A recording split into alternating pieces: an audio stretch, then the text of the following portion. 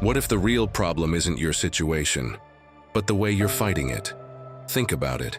Every day your mind replays mistakes, predicts what could go wrong, overanalyzes things that already happened. And the more you try to control it, the more it controls you. Let me be clear, my friend, your mind isn't your enemy, but the way you're using it might be. You've been taught to fight your thoughts, to silence them, to win against them, when in reality that's exactly what keeps you stuck. The Stoics understood something most people never realize. Peace doesn't come from controlling everything in your head. It comes from changing your relationship with it, from knowing what to accept, what to release, and what truly deserves your attention. So today, we're not going to chase motivation or empty advice. We're going to reset the way you think, to help you stop fighting yourself and finally start moving forward with clarity. Stay with me, because once you see this, you won't experience your own mind the same way again. First lesson: if you can imagine clarity, your mind learns how to move forward. Imagine for a moment that the life you want is waiting just on the other side of a closed door. There's no secret key, no hidden trick. You simply need to stop pushing against it with doubt and start opening it with intention. But here's the strange part. Most people never walk through that door because, deep down, they've already convinced themselves they're not ready for what's on the other side. And that's the real problem.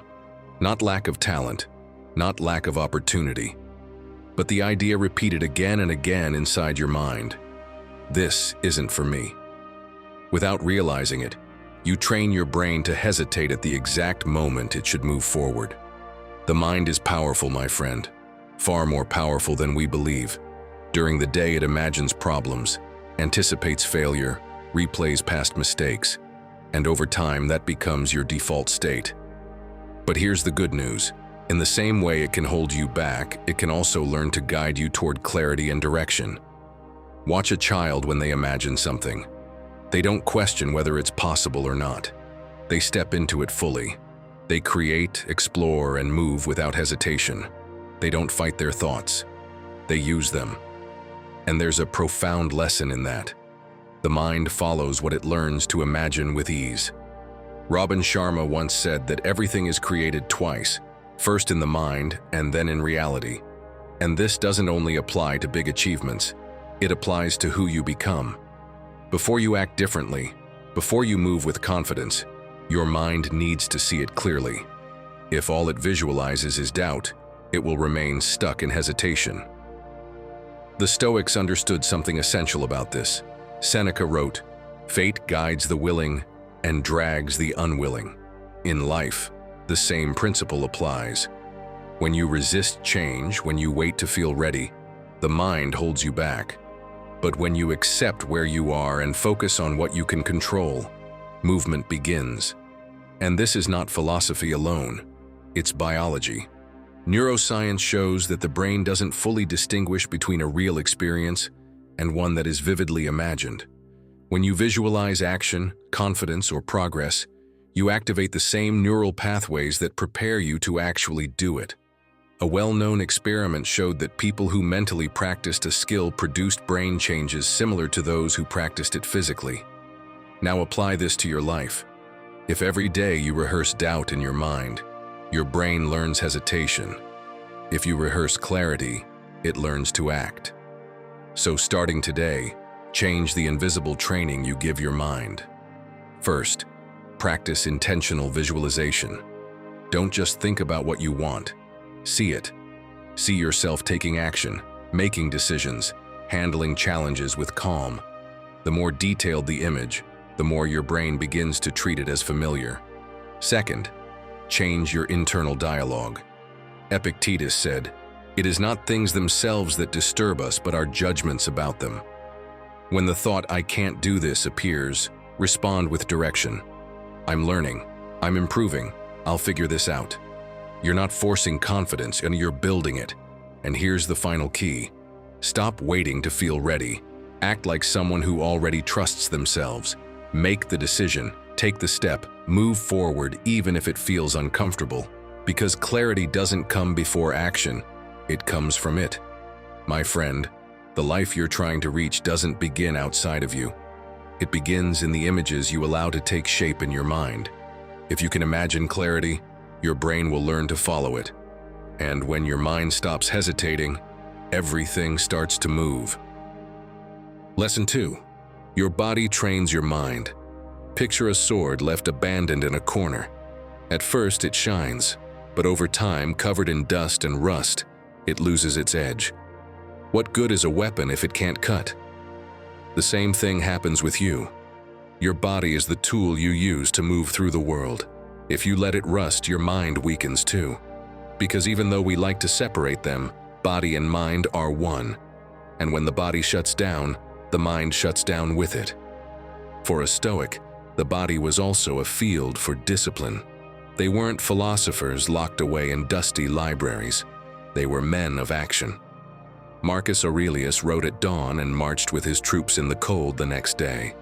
Epictetus, though crippled, insisted on training whatever part of his body he could, because his inner strength depended on refusing to give in to fragility.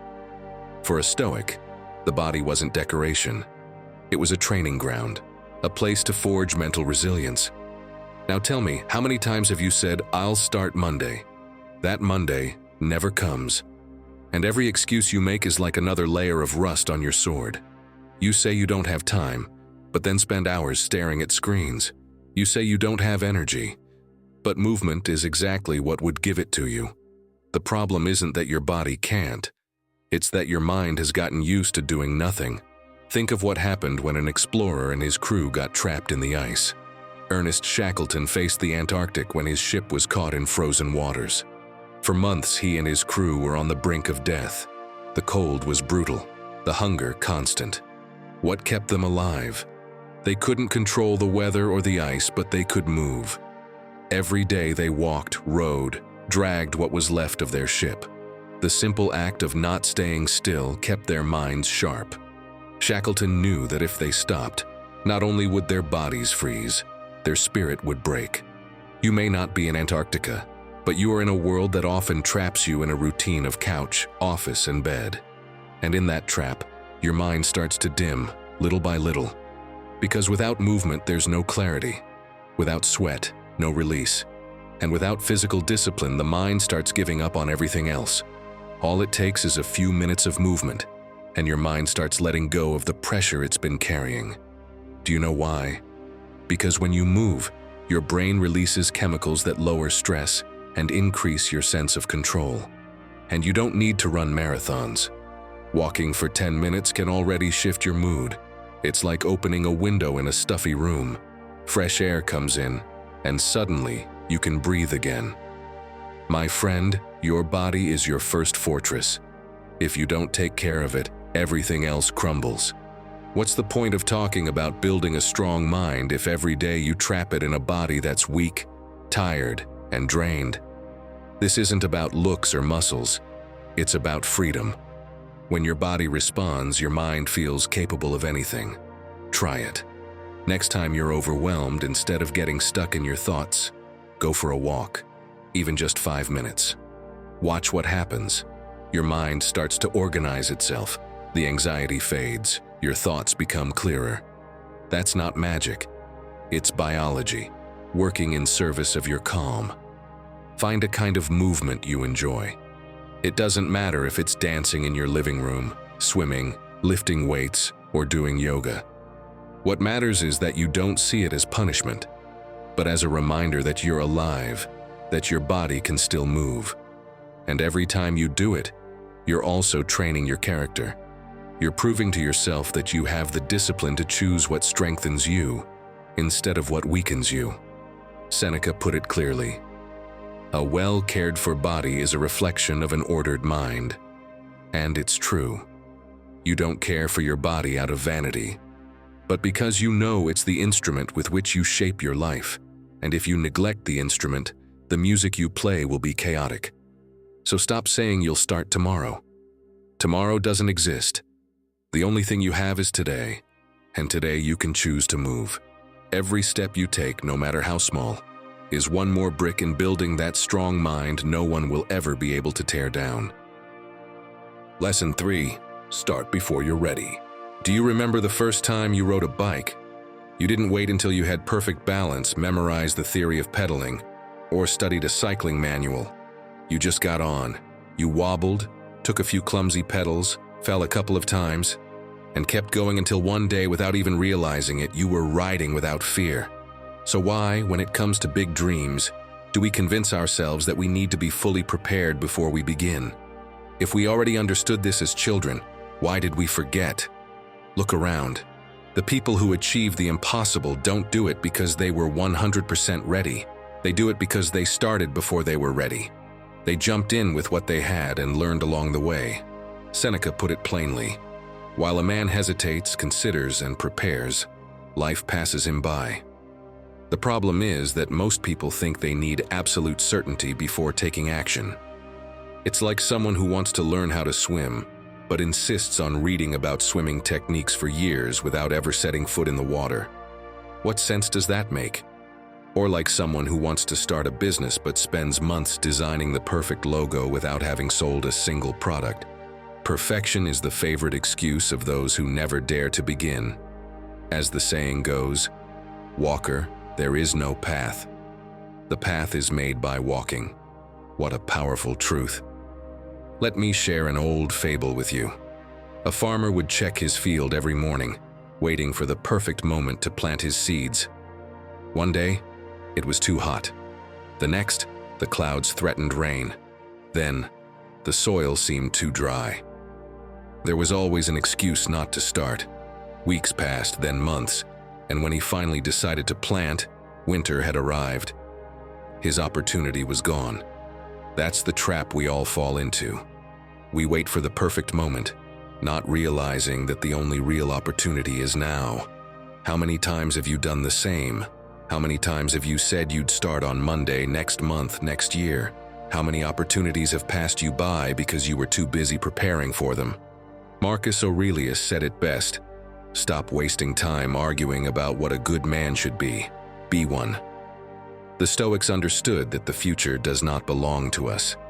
The only thing we can control is what we do in this moment. You don't need to have it all figured out. You just need to take the first step. And do you know why? Because if you wait until you feel ready, you'll be waiting forever. Start writing before you've taken the best writing course. Start training without the most expensive gear. Start that project without knowing every single detail. Because success doesn't belong to those who plan everything. It belongs to those who start before they're ready. The perfect moment doesn't exist, but this one does. Don't wait for the path to reveal itself to you. Take the first step and let the path form beneath your feet. Lesson 4. Remember, you're going to die and live better. One day, without warning, it'll be the last time. The last sunrise you see, the last burst of laughter, the last conversation, the last time you close your eyes. And you know what's truly unsettling? You may have already lived one of those last times. Without even realizing it, we live as if we're eternal, as if we've got all the time in the world. But no, my friend, that's not how it works. Life doesn't give notice. It just happens. And death doesn't wait for you to be ready.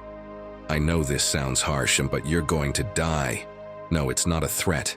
It's a reminder. And if you dare to look it in the face, it can become the most powerful motivation of your life. Because when you know the clock is ticking, you live differently. With more intention, more courage, more truth. With a mind that not even death can break. The Stoics didn't fear this idea. They used it as a compass. Seneca said it clearly. It's not that we have little time, it's that we waste a lot of it. And he was right. He lived what he preached. He knew death was inevitable, but wasting time wasn't. He planned his days with care. He often asked himself whether what he was doing deserved his time. Because he understood this. Time isn't spent, it's invested. And if you invest it poorly, you don't get it back. And it's not just ancient philosophy. Oliver Sacks, the neurologist and writer, lived it firsthand. Just before he died, he wrote an essay called Sabbath. He knew his time was ending, but he didn't spiral into despair. On the contrary, he started spending more time with friends, wrote with a new sense of calm, noticed the trees more closely. He stopped saying later and started saying now. He savored breakfast, read like every page mattered, and he said, "Now that my future is shrinking, I live with more intensity, not less." See it? Death didn't shrink him, it expanded him. And that's what happens when you stop fearing death and start seeing it for what it really is, a reminder that you're alive. So let me ask you something. How many things are you putting off for later? That conversation with your mom, that "I love you" you keep holding back. That idea you won't dare to launch. That trip you've been talking about for years, always saying someday. But what if that someday never comes? Are you really willing to risk that? Because this is also about training your mind to be unbreakable. When you live like time is endless, everything feels overwhelming. Every mistake becomes a crisis. Every problem becomes a mountain. But when you remember your time here is limited, your priorities realign, your ego quiets down, and everything starts to make sense. Here's something you can do. Each morning in the corner of your notebook or in a note on your phone, write the phrase "memento mori," nothing more. Just those two words. But write them with intention. Let them guide you like a compass pointing toward what truly matters. And before making a big decision, ask yourself, if I had 1 month left to live, would I still choose this? Would you take that job that doesn't excite you but feels safe? Would you stay in that relationship that no longer inspires you? Would you keep putting off that trip you've been dreaming about? Training your mind this way is like using a magnifying glass. It enlarges what's meaningful and erases what's not. If something doesn't make sense when time is short, it probably doesn't make sense now either. You already know what needs to be done. Don't leave it for later. Tell that person what you feel. Give that hug. Forgive if you need to forgive. Do it now. Don't wait for perfection. Sometimes perfect is simply on time. Life is like a candle burning in a room with wind. It might last for hours or be blown out in seconds. And no, you can't control when it goes out. But you can decide how brightly it burns while it lasts. It's not that you don't have time. It's that you forget it's limited. And when you remember that, you start using it how it deserves to be used. To live with truth, with courage, with soul. Now tell us down in the comments, what decision are you going to stop postponing? What hug are you going to give today? No excuses. Or simply write, "I live with soul." We're here to remind you that you're not alone. That every step you take with intention brings you closer to a mind that nothing can break. Lesson 5. Learn to lose without losing yourself. They say a Japanese vase broke centuries ago, and instead of throwing it away, someone chose to repair it. Not with invisible glue, not to hide the cracks, but with gold. Yes, liquid gold. Every fracture was left visible forever, but not as a scar, as something beautiful. That technique is called kintsugi, and it's a powerful metaphor. Because that broken vase, now more valuable than ever, reminds us of something. Your cracks don't reduce your worth, they increase it. So what if you treated your losses the same way? Because losing hurts. No doubt about it. Whether it's a relationship, a job, an opportunity, or a version of yourself that no longer fits, it hurts. But losing yourself because you don't know how to lose, that hurts even more. You know what real failure is? It's not falling short. It's forgetting who you are when things don't go your way. It's letting the loss turn you into someone you don't even recognize. And no, this isn't just theory. This is real life. And the Stoics knew it over 2,000 years ago. Take Seneca, for example. He was exiled unjustly, lost his influence, his power, everything he had built. So what did he do? Did he give up, grow bitter? No, my friend, he wrote, he reflected, he sharpened his thinking. In exile, he created some of his greatest work, and he made it clear in a line that still hits hard today. A loss is often a gain. They didn't deny pain, they went through it, and they came out stronger. Now you tell me, how many times have you felt like you were losing something important? only to realize, later on, you were gaining freedom, clarity, or strength. At the time you didn't see it, but afterward with distance you understood. Maybe it was a breakup where you gave everything, or a project that consumed your energy and didn't work out, or that rejection that shook your self-esteem, that exact moment when you thought, I'm not enough. Right there, that's where you decide if you break or rebuild. So here's something you can do when you fail. Talk to yourself like you'd talk to your best friend. Picture it. They come to you crushed because they didn't get the job they wanted. Would you call them worthless? No, right? You'd say they did their best, that this doesn't define them, that they're more than a result. So why don't you say that to yourself when you fail? Next time something doesn't go how you hoped, stop for a second, look in the mirror, and speak to yourself out loud, with respect, with compassion, with the awareness that even if it didn't work out, you're still showing up. You can also try this. After every loss, sit for 10 minutes with pen and paper, or open a note on your phone, and write down 2 things you learned. Because as we've seen before, writing is one of the most powerful tools to train your mind and keep it unbreakable. For example, I learned I need more time to prepare for interviews. Or, I learned that when I rush to say yes, I end up agreeing to things I don't want. Then, write 1 specific action you'll take next time. Don't write vague stuff like, work harder. Write something like, I'll practice my answers with someone before my next interview. Or, I'll give myself 1 day to think before accepting any new offer. And don't forget this, losing something doesn't mean you are a failure. Sometimes it just wasn't meant for you. It wasn't your moment. Or maybe it was just a necessary step to take you somewhere else. Your value isn't in what stays, it's in what you carry through the fall. The gold in your cracks is the proof that you lived, you lost, and you chose to rebuild anyway. You made it. 12 principles, 12 steps to build a mind that nothing and no one can break.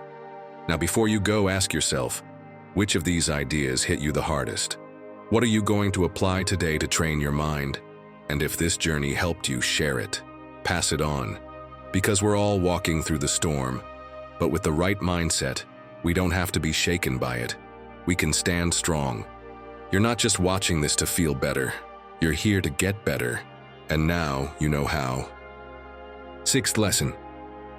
Be grateful, or stay trapped in scarcity. My friend, listen closely. The way you see the world decides whether you live in fullness or whether you carry a constant feeling of emptiness. You can wake up every morning thinking about what you lack, what you haven't achieved yet, what others have that you don't.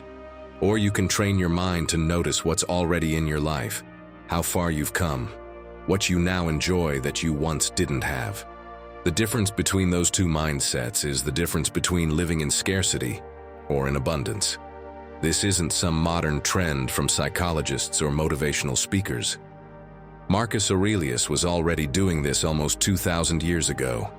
In his meditations, he wrote reflections of gratitude, not just for the good things, but also for the difficult ones.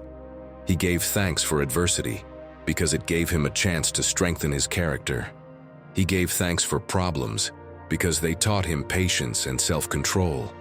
His mindset wasn't, why is this happening to me? But, what can I learn and be grateful for in this? That mindset allowed him to lead an empire in crisis without collapsing inside. Scarcity isn't always real. Most of the time, it's mental. Epictetus reminded us often, what matters is not what you have, but how you use it. If you believe you need more to be happy, it will never be enough. If you think what you have now isn't sufficient, you'll always live in frustration, even if on paper you lack nothing. Picture 2 people living the exact same day. The first one opens their eyes and thinks, ugh, Monday again. This sucks. It's cold, I've got way too much work, I barely slept. And that neighbor is still making noise. Before even getting out of bed, they're already dragging a chain of complaints. The second person opens their eyes and thinks, another day, another chance. The sun's out. I'll enjoy a quiet coffee before I get started. Let's see what I can get done today. The circumstances are identical. What changes isn't the reality. It's the perspective. That difference shapes entire lives. The first person is trapped in scarcity, always feeling like something's missing. The second lives in abundance, finding strength in the small things. So, how do you train your mind to see like that? Start with a very simple habit. Each morning, write down 3 things you're grateful for. They don't have to be grand achievements or life-changing events. Small details are enough. I slept well. There's food in the fridge. A friend checked in on me. Why do it? Because your brain is wired to focus on the negative. It's an ancient survival mechanism. Spot the danger, detect the problem. But if you train it every day to notice the good, over time, it rewires the way it sees your entire life. And it's not just about being grateful for the positive. True strength lies in learning to be grateful even for the uncomfortable. Did a plan get canceled? Maybe that's exactly the rest you needed. A problem at work? Maybe it was a chance to show what you're capable of. Did someone disappoint you? That's a reminder not to place your peace in other people's hands. Gratitude isn't naivety, it's perspective. Seneca said it differently. The man who needs little is the richest. Because when you learn to value what you already have, you'll never feel poor, even when the world tries to convince you otherwise. Think about this. Every day you go without practicing gratitude is like walking around with a veil over your eyes.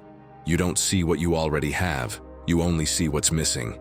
And living like that traps you in endless dissatisfaction. But when you start being grateful, that veil lifts. You start to realize there is already enough to feel whole, even if you're still on the path toward your goals. My friend, you get to choose. Keep stacking complaints that don't change anything, or train your mind to see the abundance already present. This isn't about denying the hard stuff, or forcing yourself to smile when you don't feel like it. It's about recognizing that even in the difficult moments, there's something that can make you stronger, something you can thank. So I'll ask you directly, do you want to keep living in scarcity, or do you want to start training your mind in gratitude? Remember, gratitude isn't just a nice idea. It's the key to seeing clearly, to building a strong mind, and to letting go of the feeling that you're always missing something. Lesson 7. The fear of failure is worse than failure itself. Failing isn't the problem. The problem is the fear that paralyzes you before you even try. Be honest, how many times have you let an opportunity slip away because you were afraid of making a mistake? That business you never started, that person you never spoke to, that decision you kept postponing until it was too late. If you really think about it, most of the things you haven't achieved in life aren't because you failed trying. Of course not. It's because you never even dared to try. And that's the trap. The fear of failure is the only real failure. The impossible remains impossible only if you don't even attempt it. Imagine yourself 10 years from now, looking back. What do you think will haunt you? What do you think you'll regret? The things you believed were impossible but tried anyway? Or all the things you gave up on just because you were too afraid to fail? Yes, my friend, I think I know your answer. I highly doubt you'll regret the times you failed, but you will regret everything you never had the courage to try. Failure teaches, strengthens, and makes you wiser.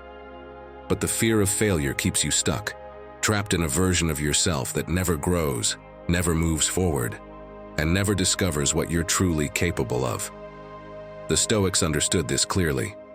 Fear is just an anticipation of a future that doesn't exist yet. It's a movie playing in your mind where you already see yourself failing, losing, embarrassing yourself. But tell me, how many times have those worst-case scenarios you imagined actually happened? There's a story about a famous tightrope walker who walked across a rope strung between 2 skyscrapers. Below him, a crowd held their breath. With every step, the danger of falling was real, but he never stopped. When he reached the other side, someone asked him, "How do you do it without fear?"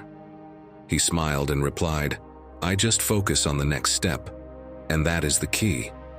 The fear of failure only appears when you look too far ahead, when you let your mind flood you with worst-case scenarios instead of focusing on what you can actually control.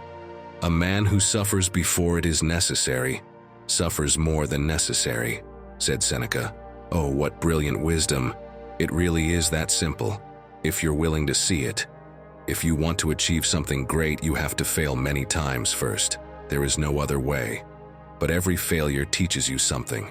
Every mistake is an adjustment. Every fall is training. Every obstacle is a lesson. My friend, those who achieve the impossible aren't the ones who never failed. They're the ones who failed more times than anyone else and kept going. So the question isn't if you're going to fail, because you will. The real question is, what will you do afterward? Because in the end, failing while trying is 1,000 times better than failing without having done anything at all. But I know it's not easy. Fear is tough. So if fear is what's holding you back, here are a few tricks to overcome it. First, think about the worst-case scenario. Ask yourself, if I fail, what's the absolute worst thing that could happen? You'll realize that in most cases, it's not as bad as your mind makes it seem. Second, change your perspective. Stop asking, "What if I fail?" and start asking, "What can I learn from this?" And most importantly, take immediate action. Don't overthink it. Do something today, no matter how small. Start the project, make the call, send the message. Action defeats fear. Do you know what the great Marcus Aurelius said? Life isn't about waiting for the storm to pass. It's about learning to dance in the rain. Now tell me, are you going to keep letting fear hold you back? Are you going to keep believing your own excuses? Or are you going to train your mind to achieve the impossible? Lesson 8. Progress in silence, surprise with results. We live in an era where everyone wants to show their progress before they've even made any. We post a photo from our first day at the gym before lifting a single weight. We talk about our business idea before making our first sale. We announce our plans to the world as if that alone were part of success. But here's the trap. Talking about what you're going to do is not the same as doing it. Think of the greatest achievers. Have you ever seen an athlete celebrate victory before crossing the finish line? Have you ever seen a master boast about their knowledge before learning the lesson? As Ryan Holiday said in Ego is the Enemy, the more you talk about what you're going to do, the less energy you have to actually do it. True success doesn't come from noise. It comes from silent work. Real progress happens when no one is watching. Imagine a writer who, instead of talking about their novel, sits down to write every single day until the words take shape. Or an entrepreneur who, instead of bragging about their idea, builds something so strong that one day the world can't ignore it. Progress doesn't need applause. It needs consistency. Science backs this up. Studies show that when we announce our goals publicly, our brain experiences a premature sense of achievement. We feel good, as if we've already made progress. And that false satisfaction lowers our motivation to actually do the work. Psychologist Peter Gallwitzer, an expert in human behavior, put it clearly. When you talk about your goals, your brain receives an emotional reward that can trick you into feeling like you've already achieved them. And why does this happen? Because of endorphins. Those hormones that can be our best allies. But if we're not careful, they steal our dreams before we even start. In other words, talking too much about what you're going to do can be your worst enemy. It relaxes you, takes away your sense of urgency, and before you know it, months have passed, and you're still in the same place. The Stoics understood this better than anyone. To them, work mattered more than words. Marcus Aurelius wrote another brilliant reminder in his journal, "Don't explain your philosophy, live it." And Seneca made it even clearer. Great achievements require time and silence. If history's greatest thinkers and the world's best psychologists knew that success isn't announced, why do we keep expecting recognition before we've earned it? If you truly want to progress, stop boasting before it's time and start doing this instead. Stop announcing every step. Use that energy to take the step instead. Let results speak for you. Don't tell people what you're going to do. Do it so well that the world has no choice but to notice. Work in the shadows, shine in the light. Stop seeking constant validation. Success comes when what you've done in private is too big to be ignored. Real satisfaction doesn't come from premature applause. It comes from looking back and knowing that, no matter who was watching, you gave your best every single day. Don't waste time talking about what you're going to do. Use that time to do it. And when the moment comes, surprise them with the results. Now, my friend, this is where everything comes together, because progressing in silence is crucial, but there's something even more powerful, something that truly separates those who achieve the impossible from those who quit halfway. If there's one final principle you must burn into your mind, it's this: without it, everything else crumbles. With it, any goal, no matter how big, becomes achievable. Ninth lesson: think of the worst to live better. Yeah, I know, it sounds strange, but imagining the worst isn't pessimism. It's training for the mind. The problem isn't that life is hard. The problem is that we get used to expecting it not to be. From the time we're kids, we're taught to chase comfort, success, stability. But no one prepares us for what's guaranteed to come: discomfort, unexpected blows, and loss. And when those things arrive, they break us. Not because they're extraordinary, but because we didn't see them coming. We believe everything should always go well, that we must avoid problems and hardship at all costs. But here's a spoiler: life doesn't work like that. And the sooner we accept it, the stronger we become. As psychologist Sigmund Freud once said, "I've been a fortunate man. Nothing in life has come easy to me." Can you see the power in those words? Fortune doesn't lie in avoiding obstacles. It lies in learning to overcome them. Now think, how many times have you felt betrayed by life just because things didn't go the way you expected? A lot, right? You expect a smile and get an insult. Oof, bad day. The game starts at 6, but you get home at 6:15. Ugh, what a mess. But tell me, who promised that everything would always go your way? No one. You just assumed it, and your mind adjusted to that expectation. And that unrealistic expectation is what hurts you the most. When you imagine the worst, you're not attracting bad luck. You're diffusing the mental trap. You're saying, "I already know this might happen. And if it does, I'll still be standing." It's a way to take emotional control before the hit lands, like training in the rain, so that the real game, even in a storm, won't throw you off. Donald Robertson, author of How to Think Like a Roman Emperor, explains that mentally rehearsing possible failures or losses lowers the surprise and anxiety when they actually happen. When you've already pictured it, it's not unknown anymore. Your brain recognizes it, and that lowers the emotional intensity. Robertson says, it's not about digging a hole of fear. It's about building a mental shelter where you can stand firm when the unexpected arrives. And guess who knew this centuries ago? Yep, the Stoics. They called this technique premeditatio malorum, premeditation of evils. Seneca taught that by imagining the loss of what you value most, you actually learn to value it more.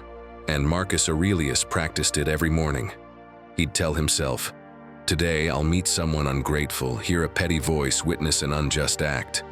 And the goal wasn't to feel bad, it was to be prepared. This technique turns you into a warrior of everyday life. You anticipate the blow, and when it lands, you've already seen it, already felt it, so it's easier to move through it. Now think about yourself. How do you react when the car won't start? When you lose a client? When a message throws you off unexpectedly? Do you fall apart?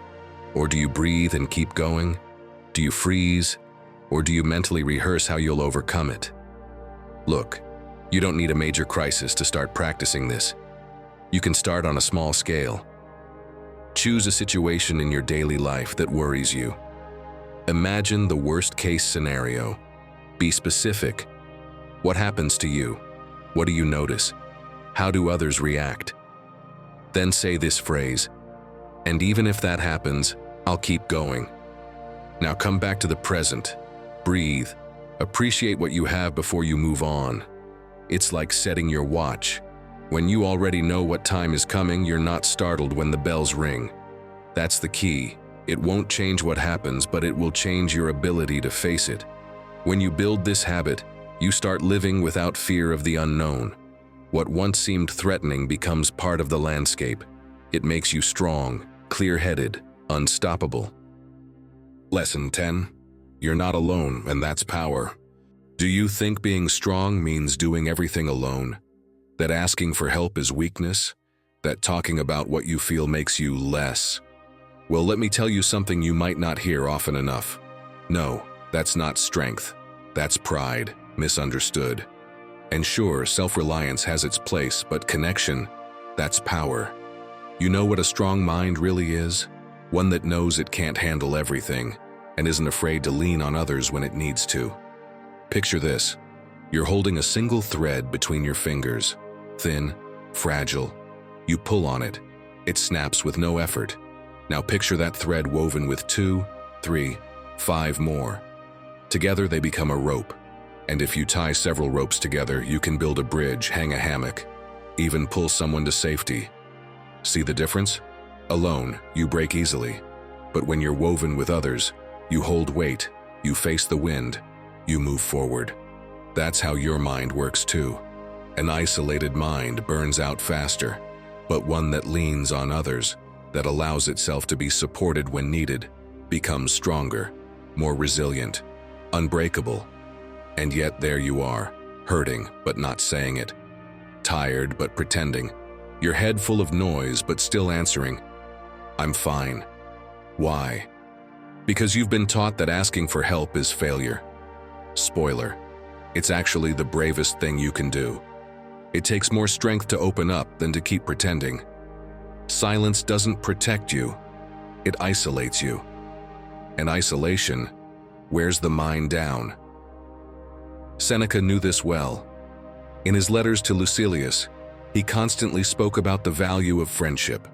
To him, it wasn't a luxury, it was a vital principle. He said, "A person without friends is not freer, but more vulnerable." And also, there is no greater pleasure than sharing the weight of life with someone worthy. That's not coming from a romantic poet, that's from a Stoic philosopher. Even the strongest understood this. Connection isn't weakness, it's a foundation. What holds you up when you can't hold yourself? Because yes, my friend, part of training your mind is also this, letting go of the idea that isolating yourself makes you strong. And no, don't worry, you don't need to form a council of wise sages. Start with something simple. Ask yourself, who could I talk to, unfiltered, even for 5 minutes a week? That conversation, no matter how small, can change everything. Also, send a quick message of gratitude to someone who showed up for you when you needed it most. Don't overthink it, just do it. That small act, believe it or not, strengthens connection and strengthens your mind. And if right now you feel like you don't have anyone, start by being there for someone else. Empathy is a muscle, and sometimes when you help, you end up helping yourself too. Because a strong mind isn't one that shuts itself off. It's one that opens with wisdom, that knows when to speak, when to release, when to be held. You're not made to carry everything alone. You are strong, yes, but with others, you are unstoppable. Like a bridge, solid but supported by many pillars. So here's a question for you. What's one thing you find hard to share with others? Tell me in the comments. This community is here to listen and to hold you up.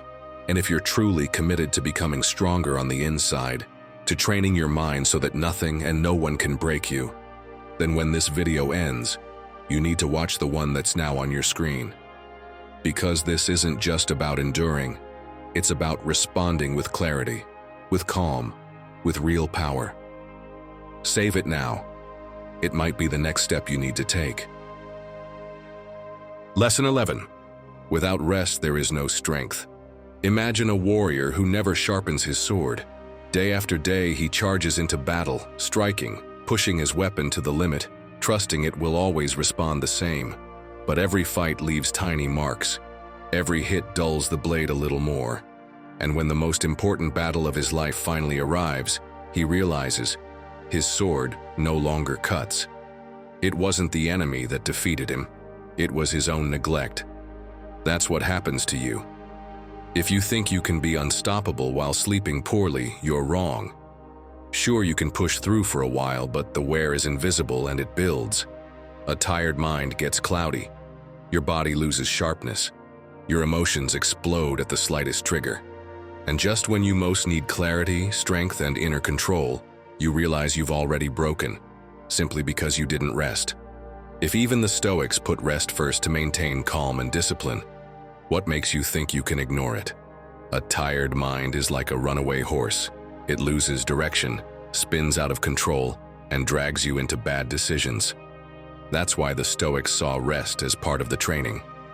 Marcus Aurelius may have spent his nights writing meditations, yes, but he also insisted that dawn should find him ready to face the day. He could never have carried the weight of an empire with a mind clouded by exhaustion. Today we repeat phrases like, "I'll sleep when I'm retired," or "I'll rest when I'm dead." But listen closely. That mindset isn't strength. It's self-destruction. Sleep deprivation doesn't make you productive. It makes you fragile. Stress multiplies, emotions spiral, your patience evaporates. And tell me, how are you going to build a strong mind if every morning you wake up feeling like your head's carrying a backpack full of bricks? A powerful example is Jeff Bezos, founder of Amazon. In an interview, he admitted that protecting his 8 hours of sleep is one of his top priorities. He said that without rest, his decisions were mediocre, that the difference between a brilliant yes and a costly mistake came down to whether he'd slept well. And if someone running one of the most demanding companies on the planet put sleep at the top of his schedule, what excuse do you have? Science backs it up in detail. While you sleep, your brain sorts memories, processes emotions, and flushes out built-up toxins. It's like your mind goes into a maintenance workshop each night. Cut that process short, and you pay the price the next day, with mental fog, irritability, and a sluggish body. It's like trying to run a marathon with your shoelaces tied together. Every step becomes a struggle. And don't kid yourself with lines like, "I function fine on 5 hours." Maybe you survive on 5 hours, but your mind is paying an invisible price. You lose focus, your creativity dries up, your resilience cracks. A study published in Nature showed that sleep deprivation affects you the same way as having alcohol in your bloodstream. Slower reactions, more mistakes, fuzzier thinking. In short, your mental strength collapses without you even noticing. My friend, sleep is not a luxury. It's your foundation. An exhausted body multiplies your doubts. A tired mind fills up with fear. And the one who doesn't guard their rest is handing over their weapons to the enemy. So what can you do to reclaim your power?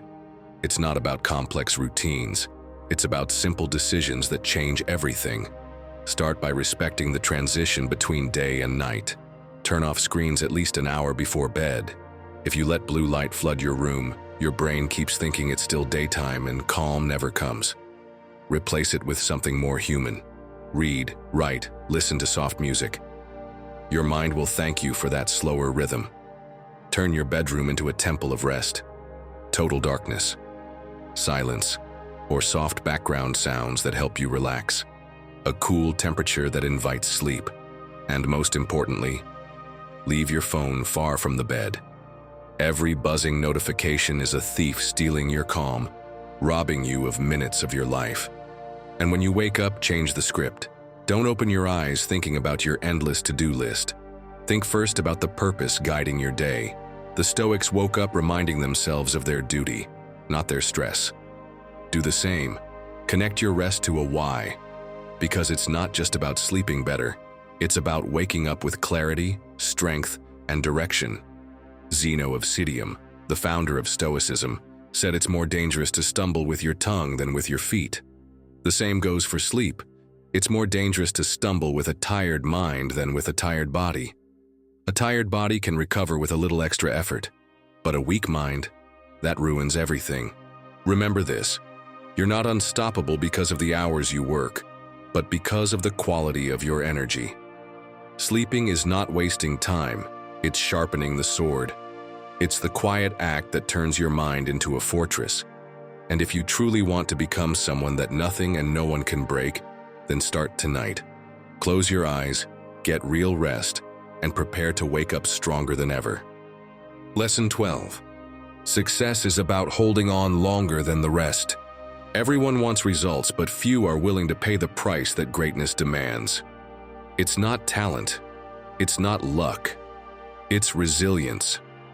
Holding on when others give up, pushing forward when nothing seems to be working, trusting the process even when you see no progress. Think of a marble sculpture. The sculptor doesn't create it with a single strike, but with thousands of small chisel impacts. Day after day, they remove what's unnecessary, shape the details, and carve meaning out of what was once just a purposeless stone. And if they stop too soon, they'll never see the masterpiece completed. Psychology confirms this. Carol Dweck, a Stanford psychologist, proved that success doesn't depend on intelligence or natural ability, but on a growth mindset. The ability to persist, learn from mistakes, and improve over time. The people who achieve great things aren't the ones who never fail, but the ones who keep going despite their failures.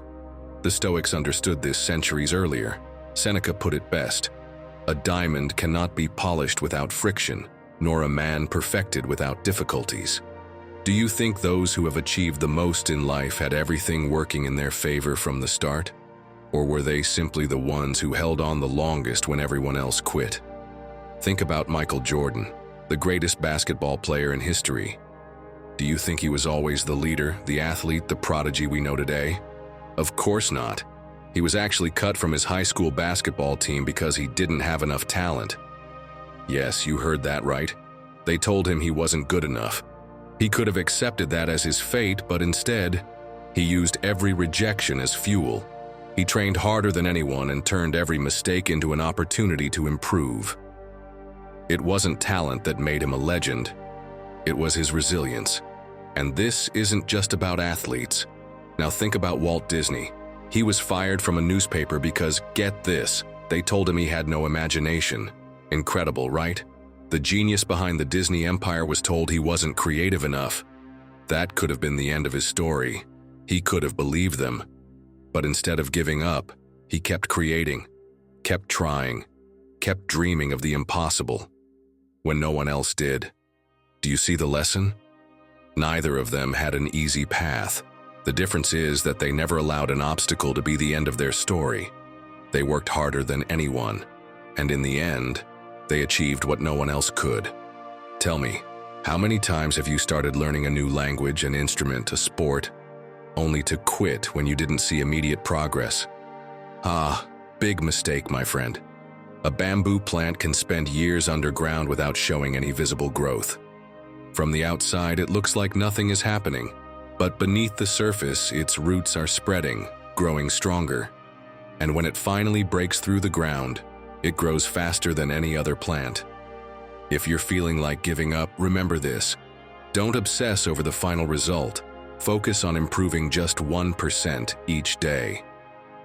Progress comes from the accumulation of small, consistent efforts. Even if you fail, it doesn't mean you're incapable. It just means you haven't achieved it yet. Failure is part of the process. It's not the end. And the final trick: keep going when everyone else stops. Most people give up after their first few attempts. If you keep pushing forward, you're already ahead of 90% of them. Because at the end of the day, success doesn't belong to those who start with the most advantages. It belongs to those who stay in the game when everyone else has walked away. Now tell me in the comments, in what area of your life do you need to hold on a little longer? What's that one thing that challenges you, that tempts you to quit? Or just write, "I am the bamboo that grows in silence." Lesson 13. Right to become unstoppable. Sometimes you don't even know what's wrong. You feel heavy, irritable, drained.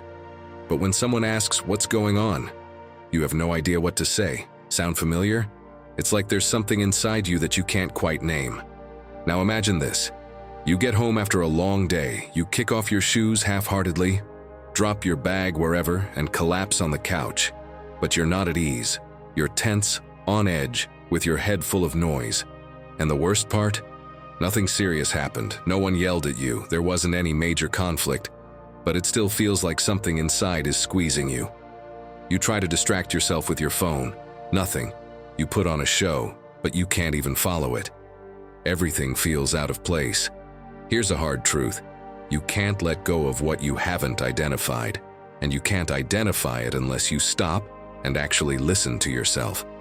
And sometimes the only way to do that is by writing it down, because until you put it into words, that internal chaos stays there, foggy, tangled, and you stay stuck in it without even realizing. And trust me, this has nothing to do with how tough or disciplined you think you are. It happens even to the ones who seem like they've got a steel mind. Even Ryan Holiday, who spent years writing about Stoic philosophy, says he needs to pause every morning and empty his mind. Nothing dramatic.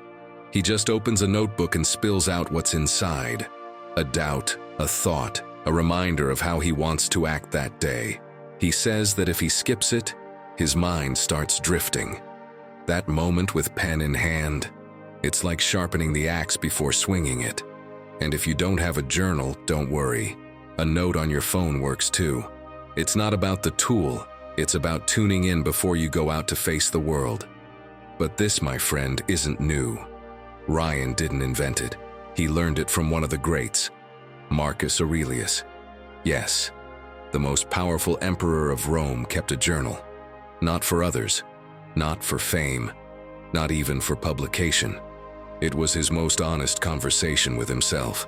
He used it to steady his mind, to remind himself of what mattered, to call himself out when he was drifting. In his own words, write for yourself, as if you were facing yourself at your most honest. That's how he trained his mind. That's how he stayed centered in chaos. Do you see the power of this? It's not just writing. It's clearing the noise, organizing the mess, seeing yourself without filters. Because often we're not broken, we're just full. And once you let it out, once you name it, it stops controlling you. So let's go back to that day, the one where everything felt too much. What if, instead of falling asleep with a knot in your chest, you sat down for 5 minutes and wrote it all out? Do you know how calming that can be? Sometimes we don't need solutions, we just need to understand ourselves. And writing is like a flashlight in the tunnel. How can you start? First, get a notebook or create a special note on your phone where you can write with no filters. This is not for anyone else, just for you to let go. Give it a name if you want. Mental downloads, my Stoic corner, whatever works. What matters is that it's yours. Then, every night before bed, answer 3 questions. What did I learn today? What did I truly feel?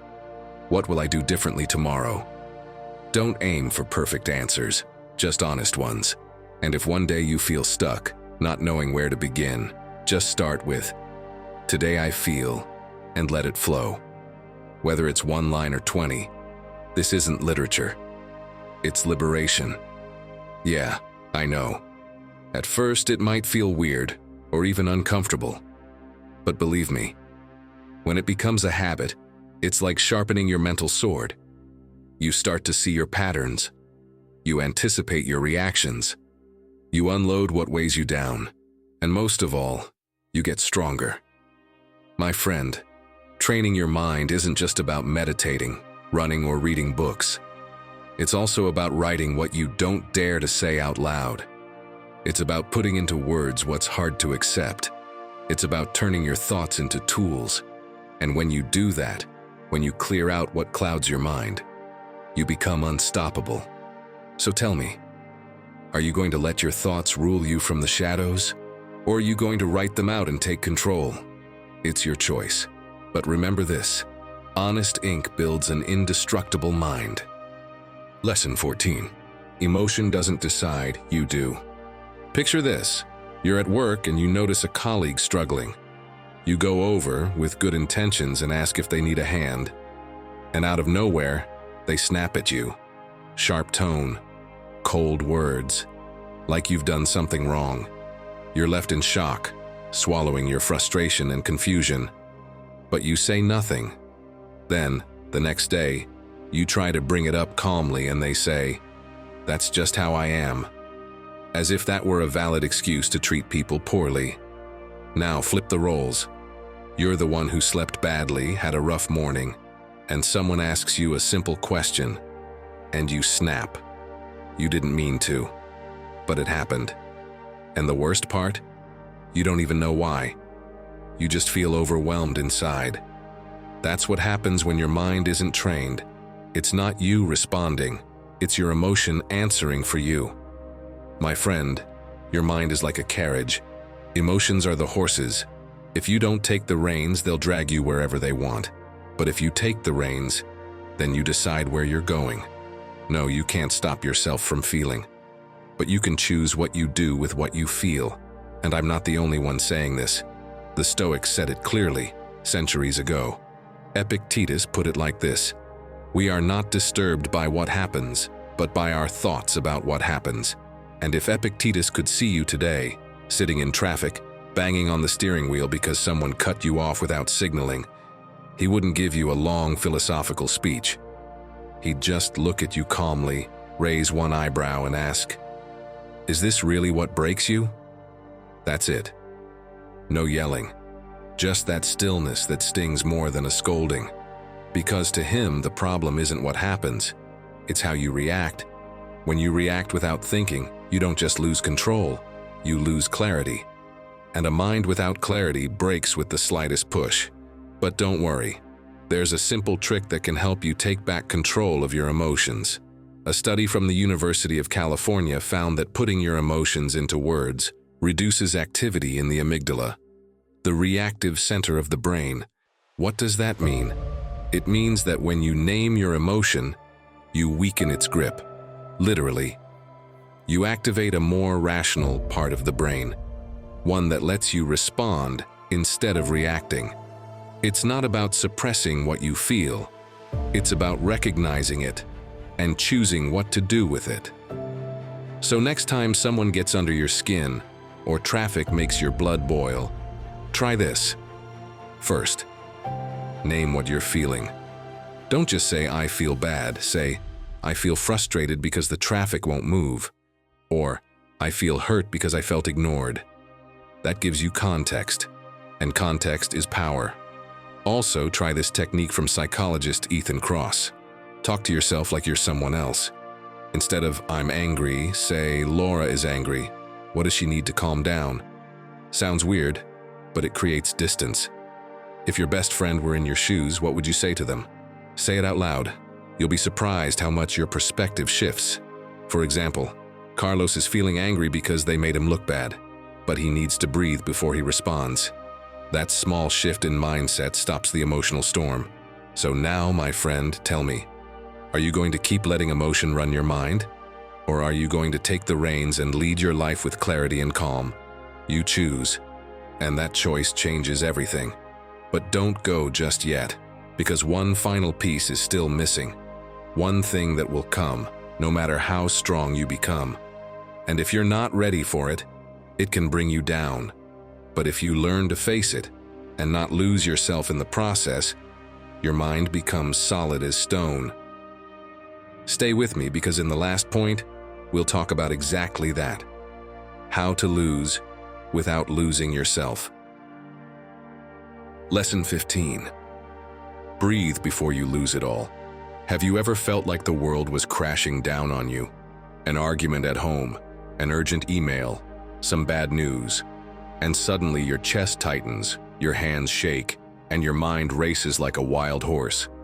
In those moments, it's not you making decisions, it's the chaos taking control. And all because of something that seems ridiculous. You don't know how to breathe. Yes, I know. You've been breathing since the day you were born. But breathing automatically is not the same as breathing consciously. Most of the time, you breathe fast, shallow, and from the chest. Your body takes that as a danger signal. You switch into survival mode, as if a tiger were chasing you, when really, it's just a work email. Ask yourself this: how many bad decisions have you made in the heat of the moment? How many words have you thrown in an argument that you later regretted? In those moments, it wasn't the situation that beat you. You gave up your power because you didn't know how to pause and breathe. The Stoics didn't talk about breathing the way modern science does, but they practiced its essence. Epictetus taught that it's not events that disturb us, but how we interpret them. And tell me, how can you interpret anything clearly if your body thinks it's under attack?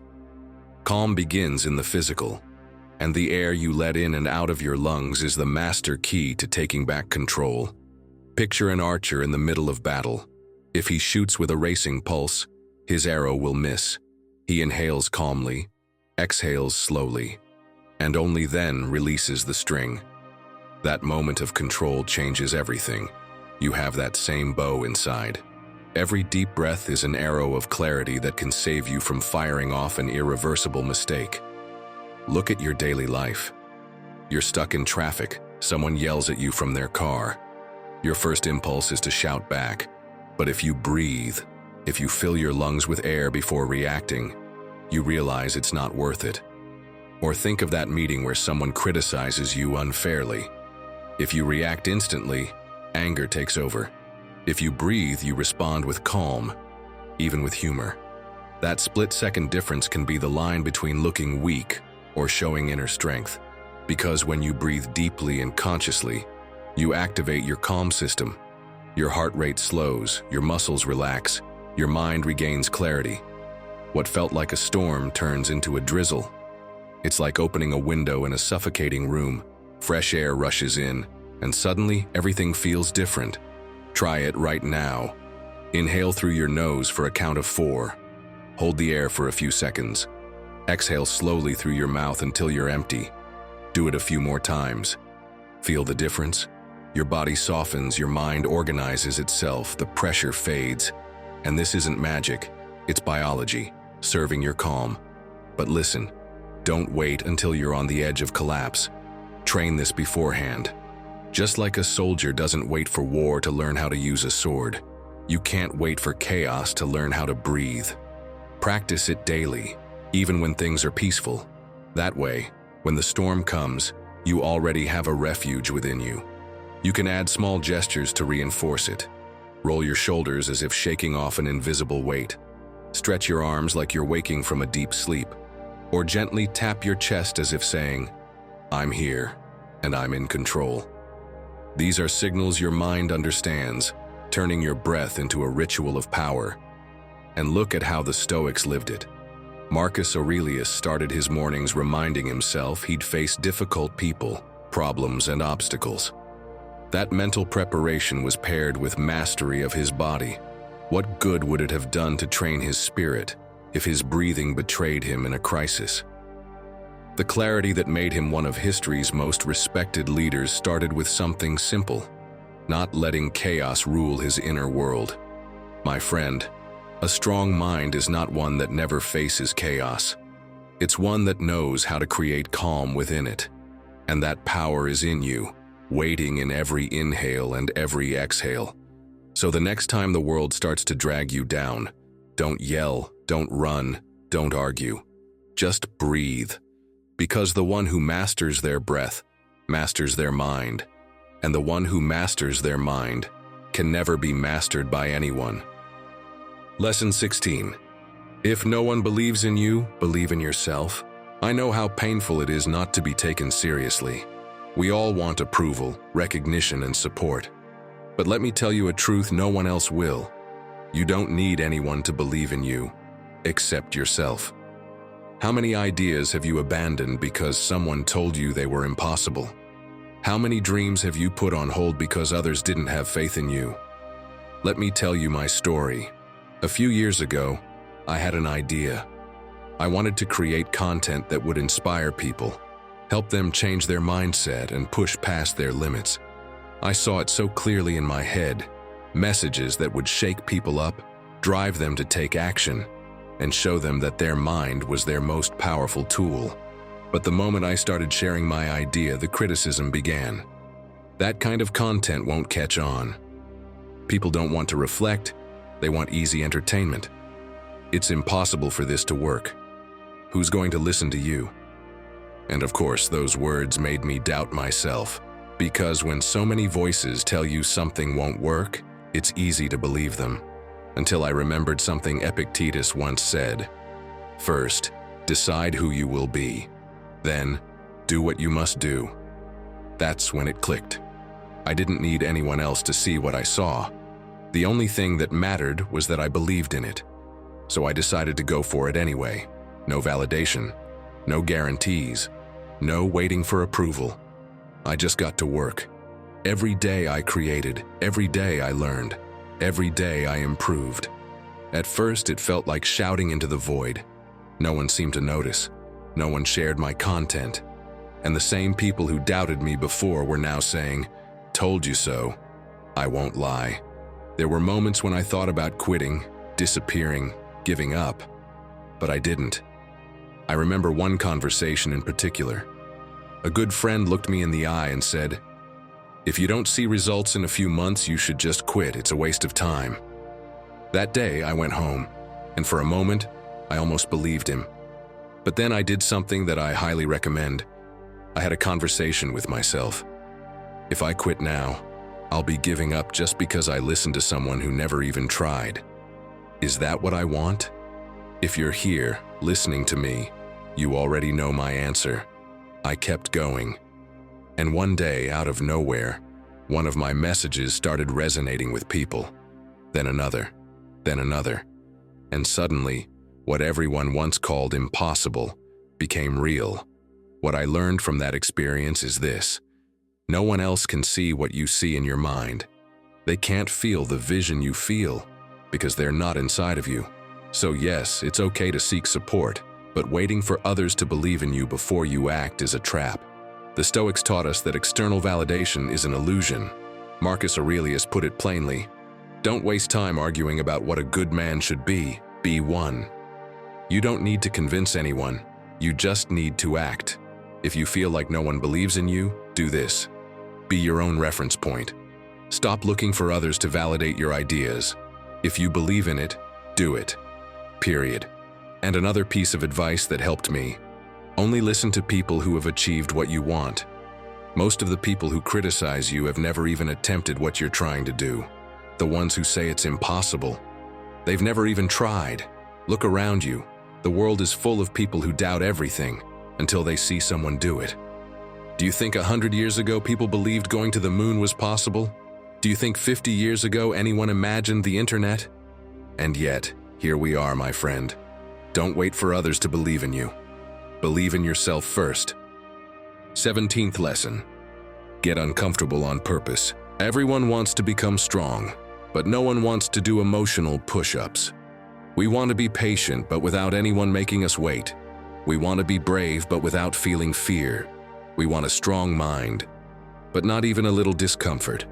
See the problem? Stop chasing comfort in everything. Because the softer the couch, the softer your character becomes. And let me tell you something clearly.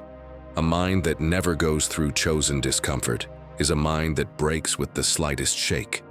No, you don't need to suffer to grow. But you do need to face what currently makes you lazy, embarrassed, or scared. Because only in that space, in voluntary discomfort, is where your strength is built. I tried something myself that seemed silly at first, but it changed me more than I expected. Cold showers. Every morning, the moment I wake up, straight into freezing water. Not to show off, not for some viral trend, just because it made me uncomfortable. That first day was brutal, my body in shock, muscles tight, breath short and choppy. I swear all I wanted was to get out. But when you stay in it, something shifts, not just in your body, in your mind. I came out feeling invincible, because I'd already done something hard, on purpose. And if I could get through that, I could get through anything else that day. See it? Discomfort became power. The Stoics knew this well. Seneca, for example, would dress in poor clothing several days a month. Why? To remind himself he could live with less. He called it practicing poverty. Not to suffer, but to kill the fear of losing. Because once you've felt discomfort, it no longer controls you. The mind becomes strong when it knows it can endure, especially when you choose to face what's uncomfortable. Discomfort is like fire, the kind you fear touching. But used wisely, it forges steel, and you are that steel if you dare to face what you normally avoid. And I'm not the only one saying this. David Goggins, former Navy SEAL and one of the toughest minds on the planet, lives in constant discomfort. He runs ultramarathons with injuries, wakes up at 4 in the morning to train in the winter, all for one goal: to never let comfort make him weak. His phrase is crystal clear: if you're not pushing past what's comfortable, you're not growing. And trust me, that's coming from someone who's faced more than most of us ever will. And yes, my friend, science backs this up. Neuroscientist Kelly McGonigal studied thousands of people for over 8 years. What did she find? That people who experienced stress but saw it as a natural part of growth not only didn't break, they lived longer and better. But those who saw stress as the enemy, they were the ones who suffered the most. What does that tell us? The key isn't avoiding discomfort, it's in how you face it. Because every time you choose to do something uncomfortable without running away, your brain gets stronger, literally. New connections form. Your ability to adapt kicks in. Your mind becomes more resilient. It's like going to the gym, but for your brain. So here's the good part. How can you start training to become mentally stronger? You don't need to go to the Himalayas or run ultramarathons. It starts with small daily choices that change your relationship with discomfort. So listen up. This is where your real training begins. First, do one small uncomfortable thing every day. Say hi first. Take the stairs instead of the elevator. Say no when you usually say yes just to avoid conflict. Those little decisions add up. Second, choose one activity that exposes you to something you normally avoid. Scared of public speaking? Practice in front of a mirror. Afraid to share your ideas? Write a post. Struggle to set boundaries. Rehearse a sentence and say it, even if your voice shakes. Third, shake up your comfort habits. Always eat the same? Try a day of conscious fasting just to see how your mind reacts. Always complain about the cold? Take a 5-minute walk without a scarf. See what happens. It won't break you. On the contrary, you'll realize you can handle way more than you thought. My friend, if you truly want to build a mind that doesn't crack when life gets tough, start right here. Choose discomfort. Make it your ally. Turn it into your mental gym, because it's not fire that destroys. It's fire you don't know how to handle. But if you learn to master it, it forges a sword. And that sword is you. Lesson number 18. Stop fighting what's not up to you. The Stoic philosopher Epictetus said, "It's not things that disturb us, but our judgments about things." And you know what Marcus Aurelius said? Because he was just as clear about it.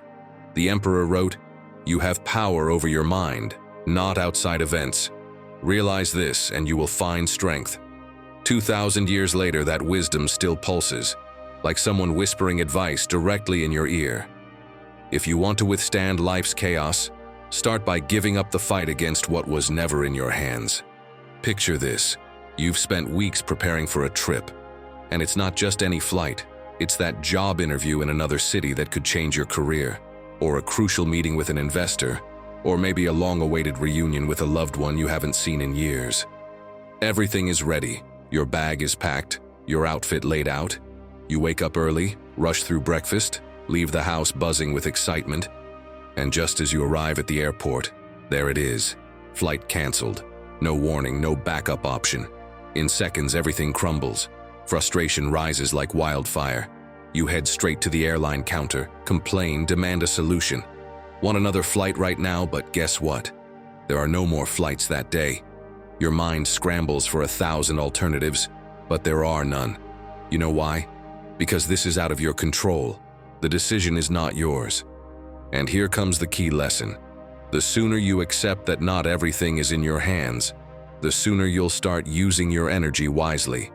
Because trying to control the uncontrollable is like trying to catch the wind with your hands. It just wears you out. But if instead you raise a sail, you can let that same wind carry you in a new direction. In real life, this means letting go of your obsession with other people's opinions, your boss's decisions, the message that never arrives, the traffic, the rain, the way you think things should be. There are so many things we can't control. What if you stopped resisting and started adapting instead? Think about it. Acceptance doesn't make you weak. It makes you free, it makes you wise, and above all, it makes you resilient. And it's not just the philosophers saying this. Modern psychology backs it up. When you stop fighting what's out of your hands and start focusing on what is, your mind gets stronger. Psychologist Julian Rotter called this an internal locus of control. What does that mean? That even if you can't control what happens out there, you can choose how you respond. Sounds familiar, right? Of course, the Stoics already knew this, and that changes everything. A study published in Frontiers in Psychology proved it during the pandemic. People who focused their energy on what they could do, like adjusting to new routines, taking care of their health, or staying productive, handled those months way better than those who focused only on what they couldn't do. It wasn't luck. It was mindset. They knew where to put their attention. So, my friend, letting go of what's not up to you isn't giving up. It's redirecting your mind to what actually makes it strong. Pay attention only to what's in your control. Let the rest go. Why stay stuck on what you can't change? That only causes stress and drains you. But when you start cultivating that inner clarity, you train your mind to stay steady, no matter what comes from the outside. And yeah, I know, it sounds simple, but it's hard to do.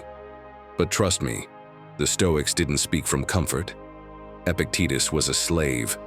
Marcus Aurelius was an emperor during wartime, and they both said the same thing. Don't place your peace in what you can't control. Place it in your attitude, your thinking, your actions.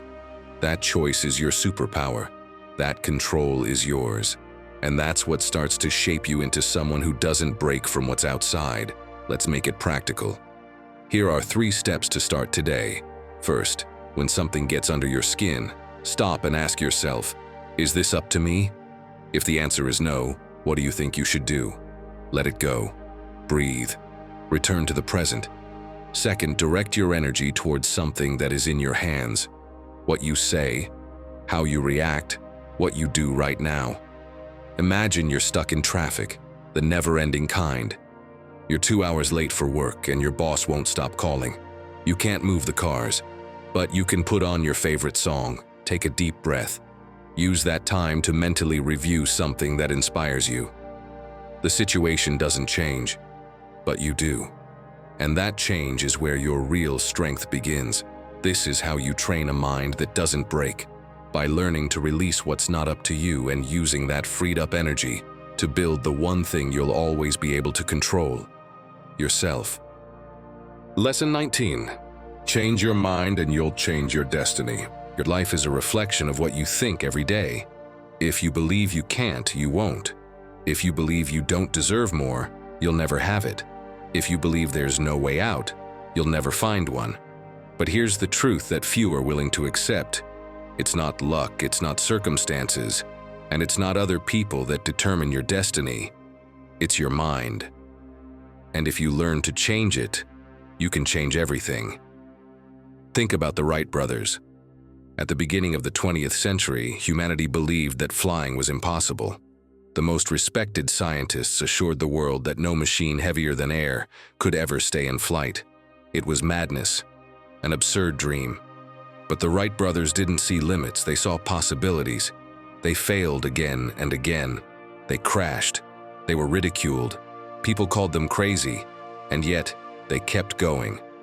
After years of failed attempts, they finally achieved what the world swore was impossible. They flew. Now tell me, what impossible have you been made to believe? What dreams did you abandon because someone told you you couldn't? Maybe someone said you weren't good enough for that job you wanted.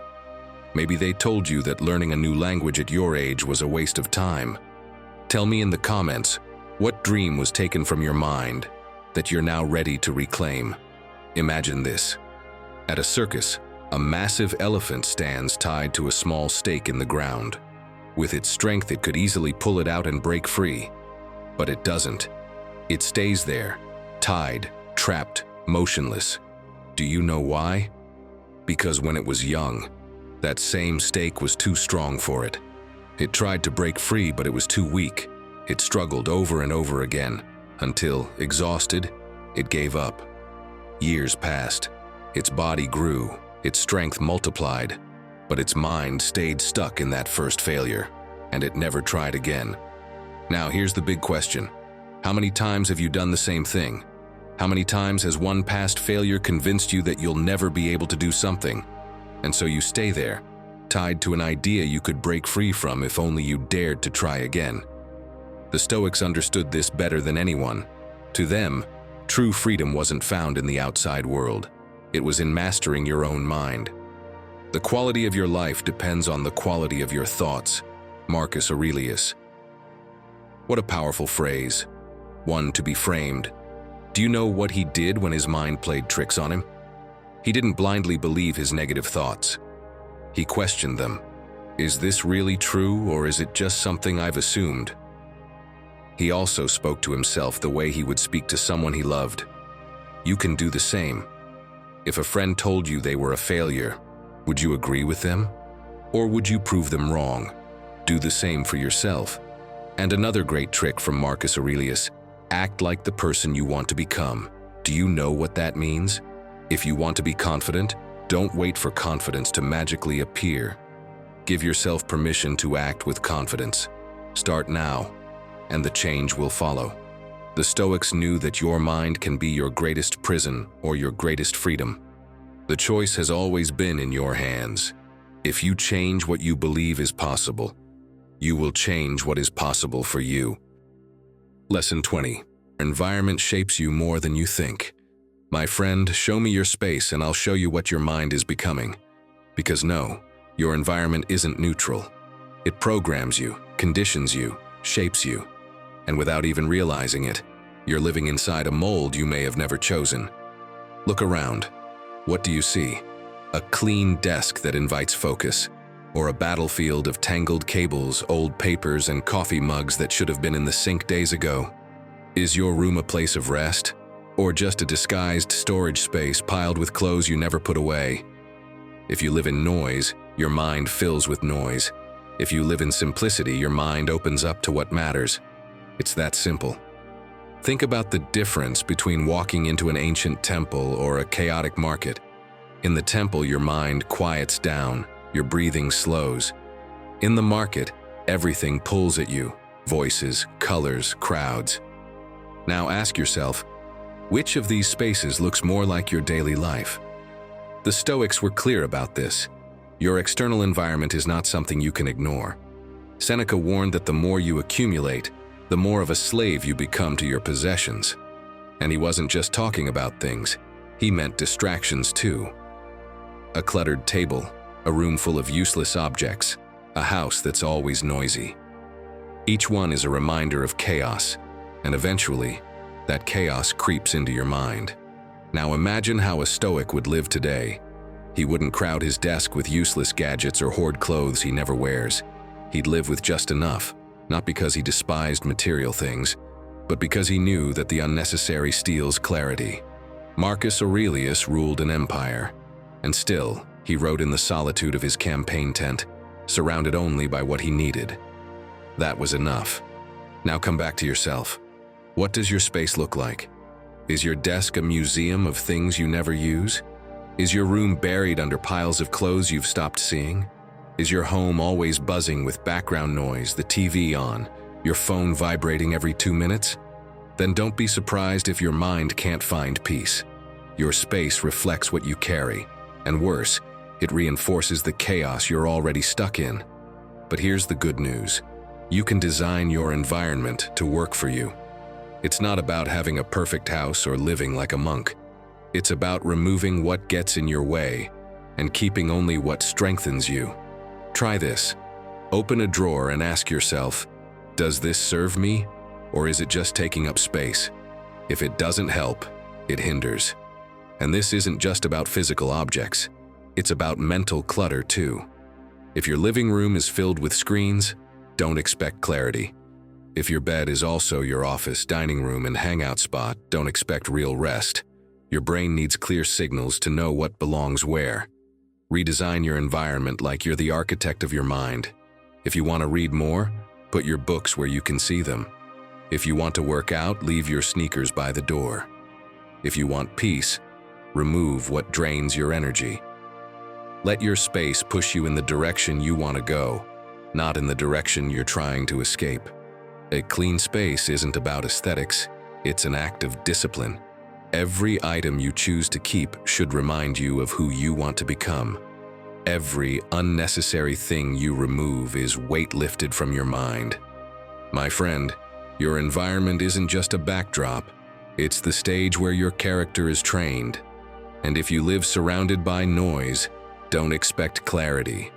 If you live surrounded by the essential, you'll find strength.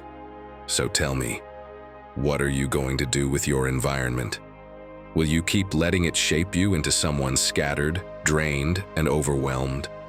Or will you turn it into the fertile ground where the strong mind you desire can finally grow? Lesson 21.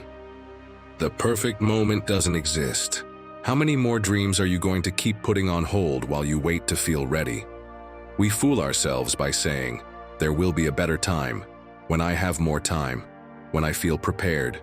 And so, we keep postponing life, believing that one day a magical sign will appear and tell us, now is the perfect moment.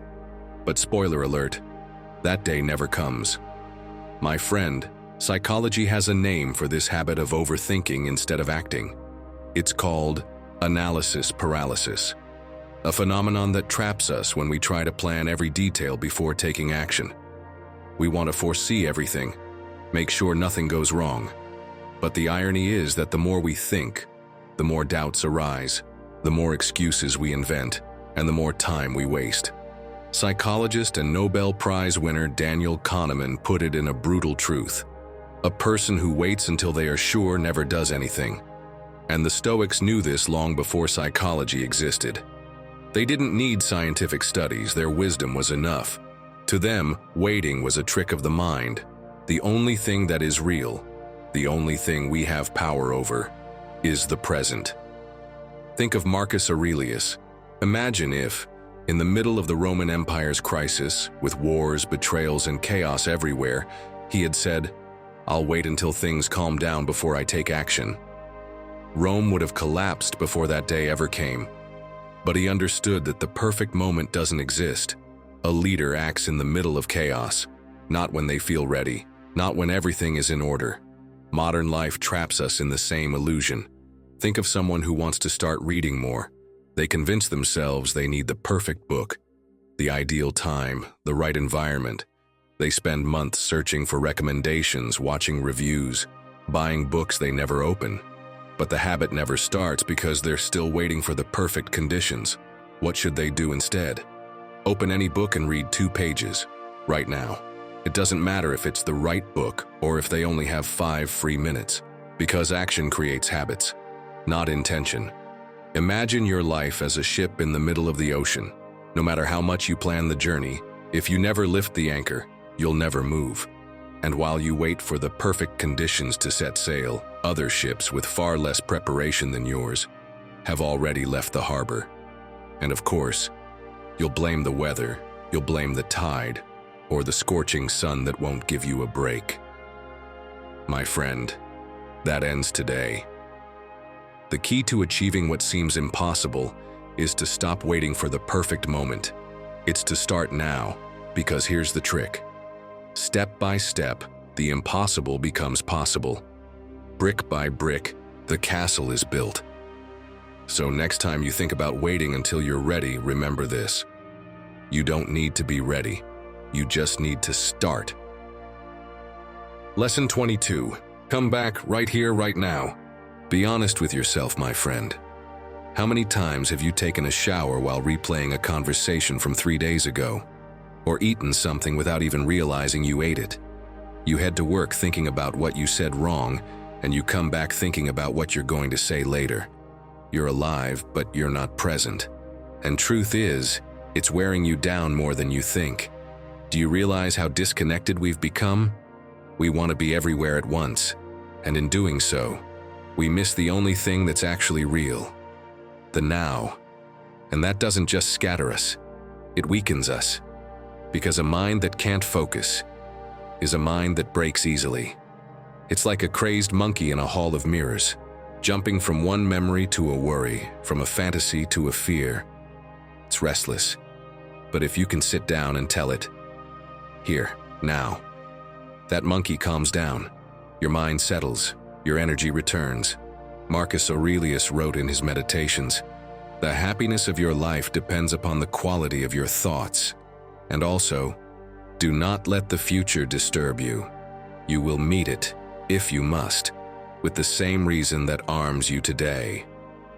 The Stoics didn't use words like mindfulness, and because, well, they didn't have English or meditation apps, but they practiced it all the same, every day. When they woke up, they'd remind themselves something you could put as your phone wallpaper. This day is not fully mine, only this moment is. They didn't need incense or whale sounds to focus, just a trained mind, feet on the ground, and no mental drama. While you're stressing about next month, they were focused on the one thing they could actually live. Now, picture this. You finally meet up with a friend you haven't seen in months. You go for a walk to catch up. But while they're talking, your mind is somewhere else, thinking about that email you didn't answer, the message you're waiting for, the dinner you still have to make. Your body's there, but you're not. And when you get home, you barely remember what they said. Sound familiar? The worst part isn't that you didn't listen. The worst part is that your mind, unable to stay still, has lost strength. It can't handle what's happening outside, because it doesn't know how to handle what's happening inside. But yes, this can be trained. Just like you strengthen your body, you can strengthen your attention, because the more present you are, the less the outside world can drag you around. You become less reactive, less vulnerable. And that's what you're working toward, a mind so well trained it doesn't get shaken by the chaos outside or the noise within. Want something simple to try? Set a random alarm once a day. When it goes off, stop. Do nothing. Look around. Notice 5 specific things. Check in with your body. Breathe. It's like saying to your mind, "We're here." Then, pick one activity, and do it with no external stimulation. No music, no podcast, no phone. Just you, washing dishes, walking, eating, feeling. At first it might feel boring, but it's not. It's just that your mind is out of practice being alone with itself. And if it feels hard, don't worry. No, your life isn't boring. You've just spent years training in the opposite direction. Distraction, multitasking, speed. Now it's time to retrain, to take back your attention, because a present mind is a strong mind, and a strong mind doesn't break. The perfect moment isn't tomorrow, or when everything falls into place, it's this one. Yes, this exact second. If you don't live it, it's gone, and with it, your life. Training your attention isn't just some modern wellness trend. It's your invisible armor. It's the art of being so awake that nothing can knock you off center. And believe me, my friend, once you master that, you're already safe.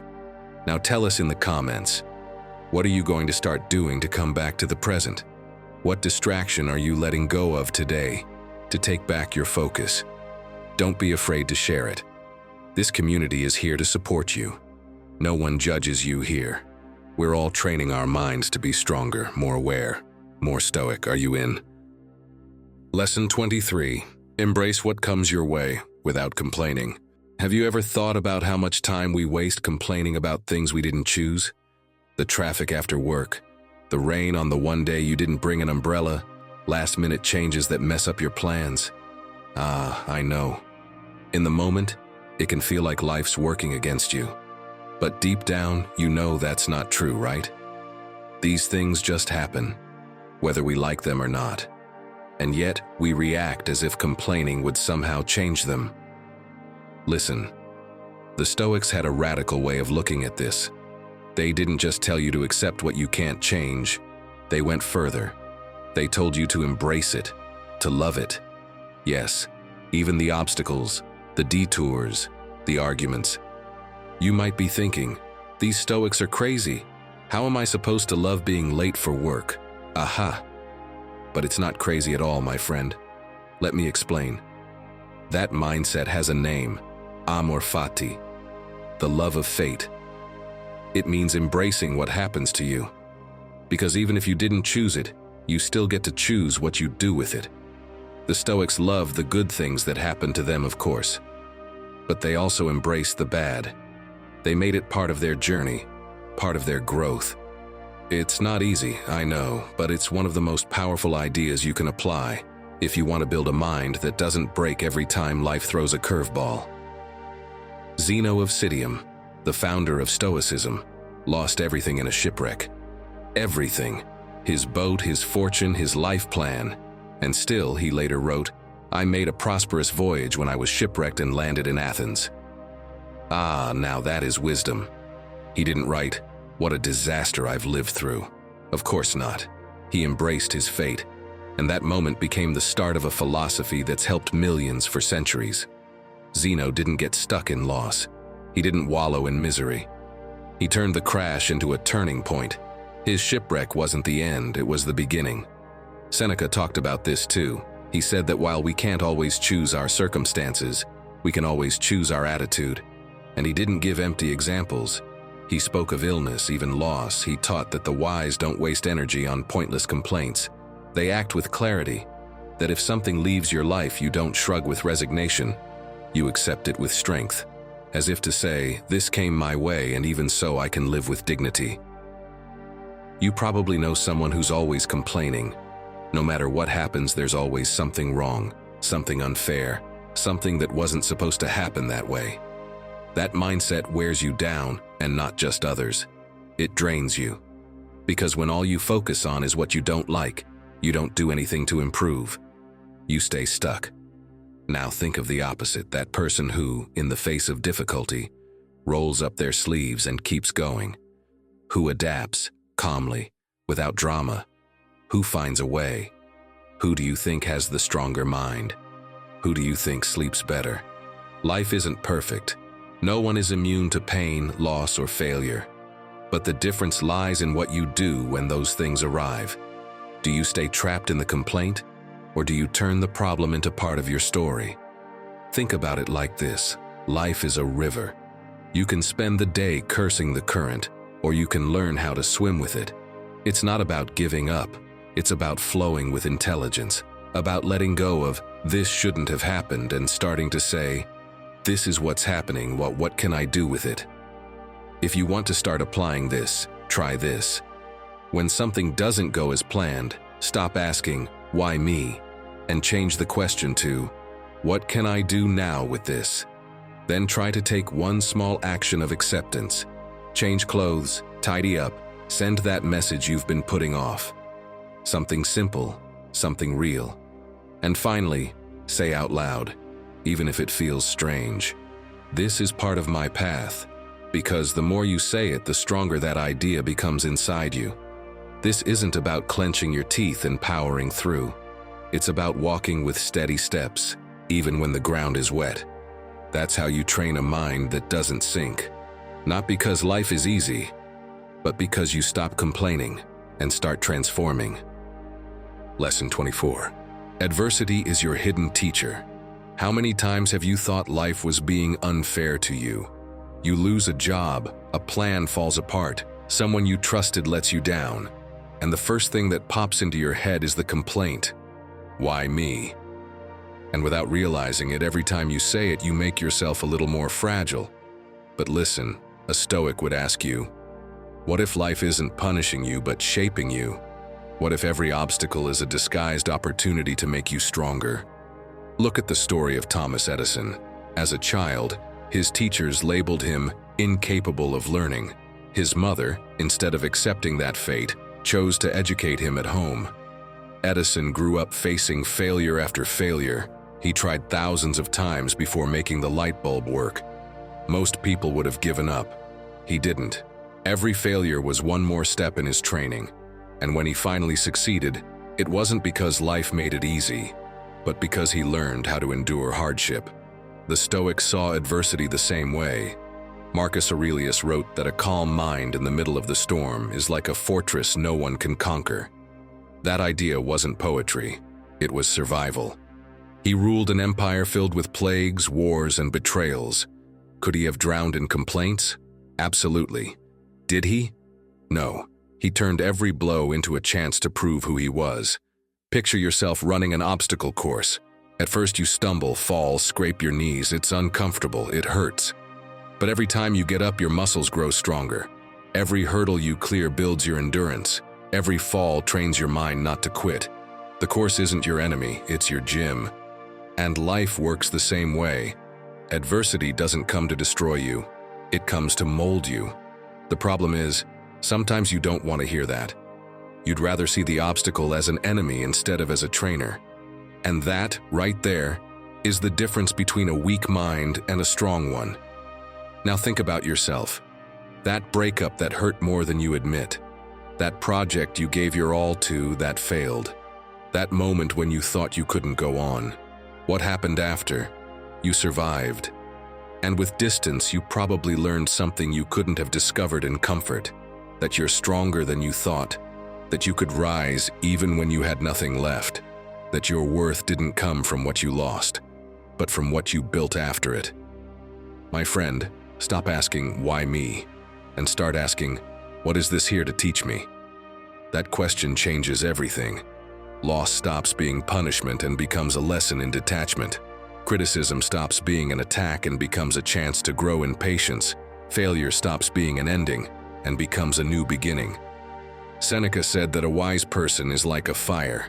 Everything that falls into it becomes fuel. That line holds the secret. What destroys some people strengthens others. Which side do you want to be on? Next time life hits you, laugh at the problem. Yes, laugh. Because if you'll look back on it years from now and see it as something small, why wait that long to take away its power? Ask yourself what you can learn. Turn every difficulty into training. Because every blow you endure adds one more muscle to your character. Think of a boxer. He doesn't become a champion by dodging easy fights. He becomes a champion by getting hit and learning from every round. You are that boxer in your own life. And every time adversity pushes you against the ropes, you have a choice: to give up or to come back stronger. So the next time something falls apart, don't see it as the end. See it as the obstacle course preparing you to go farther. See it as the fire that can either consume or forge you, depending on what you decide. See it as your chance to prove to yourself that you can be stronger than you were yesterday. Because in the end, what matters isn't how many obstacles appear. It's who you become while overcoming them. And there, right in the middle of difficulty, is where the strong mind is born. The one that nothing and no one can ever break again. And if right now you feel like every obstacle is weighing you down more than it should, it might be rooted in something deeper, in what you think every day, in what you let enter your mind without even noticing. That's why, if you really want to keep strengthening your mind, watch the video on screen. It'll show you how your thoughts are shaping who you're becoming, even if you don't see it yet. Lesson number 25. Nature is your invisible gym. Imagine spending years living in a room with no windows, just screens, city noise, and a clock that won't stop reminding you. You're always late. Late for work, late for your commitments, late for yourself. How could your mind not be exhausted when it never breathes fresh air? Now imagine how a Stoic would handle it. Marcus Aurelius didn't let himself get trapped in that invisible box. He looked to the sunrise for clarity and reminded himself of his duty to move forward, no matter how loud the world got. For him, nature wasn't an escape. It was a reminder of order and strength. Today we live so closed off, we've forgotten what it means to be part of nature. Everything is solved through a screen. Everything is rushed. Everything feels like time is chasing us. And what's the result? Tired, anxious minds, trapped in a storm that never stops spinning. Psychologists call it nature deficit disorder. But you don't need a study to know it's real. Just look at how you feel after an entire day glued to your phone, comparing yourself to others, jumping from app to app. Your body's still, but your mind is racing non-stop. The Stoics had a completely different relationship with the natural world. For them, it wasn't a weekend luxury. It was a reminder of who we are. Marcus Aurelius wrote about the sunrise, observing how the sun fulfilled its duty every day without needing to be asked. Seneca warned that living in constant comfort is like living only half a life. Nature was their school of resilience, calm, and discipline. Think about what it means to walk in the rain without rushing for shelter, or to feel the winter chill on your face and accept that the wind is part of the experience. That's nature too, and that strengthens you. Because if you can't handle a drop of rain, how are you going to handle the real storms of life? Ask yourself this: when was the last time you went out for a walk with no headphones, no distractions, just walking? Maybe you can't even remember, but try it. Put on comfortable shoes, turn off your phone and walk, even just 10 minutes. Watch how your mind begins to shift.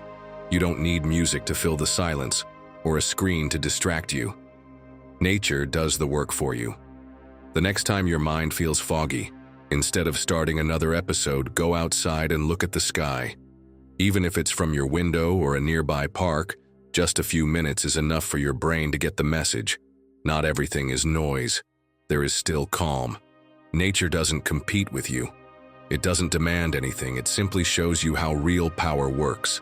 Slow, steady, patient. The river doesn't need to rush to carve the stone. The tree doesn't need to hurry to grow. Everything happens in its time. And when you're in contact with that, you learn how to let go of the anxiety that eats you alive. My friend, don't get me wrong. I'm not saying you need to move to a cabin in the woods. I'm saying, remember that you're part of something bigger than your office and your phone. Step outside every day, even for a few minutes. Watch how the light fades. Listen to how the wind shifts. Feel the ground beneath your feet. That alone is enough to remind you that you're alive, and your mind needs space to breathe. Seneca said it best: to live always in comfort and pass through life without hardship is to ignore half of nature. He wasn't just talking about beautiful landscapes. He meant the effort of facing the cold, the heat, the unpredictable. Because every time you accept what nature gives you, you're training your character. And you? When was the last time you gave yourself a real breath in nature? Tell me in the comments. I want to hear from you. And if you want to declare it loud and clear, write, "Today I choose the nature that strengthens me." Next time you feel weak, don't look for the answer in another screen. Look for a tree, a river, the open sky. That's the invisible gym where strong minds are built. And believe me, the more you go there, the more ready you'll be for whatever comes.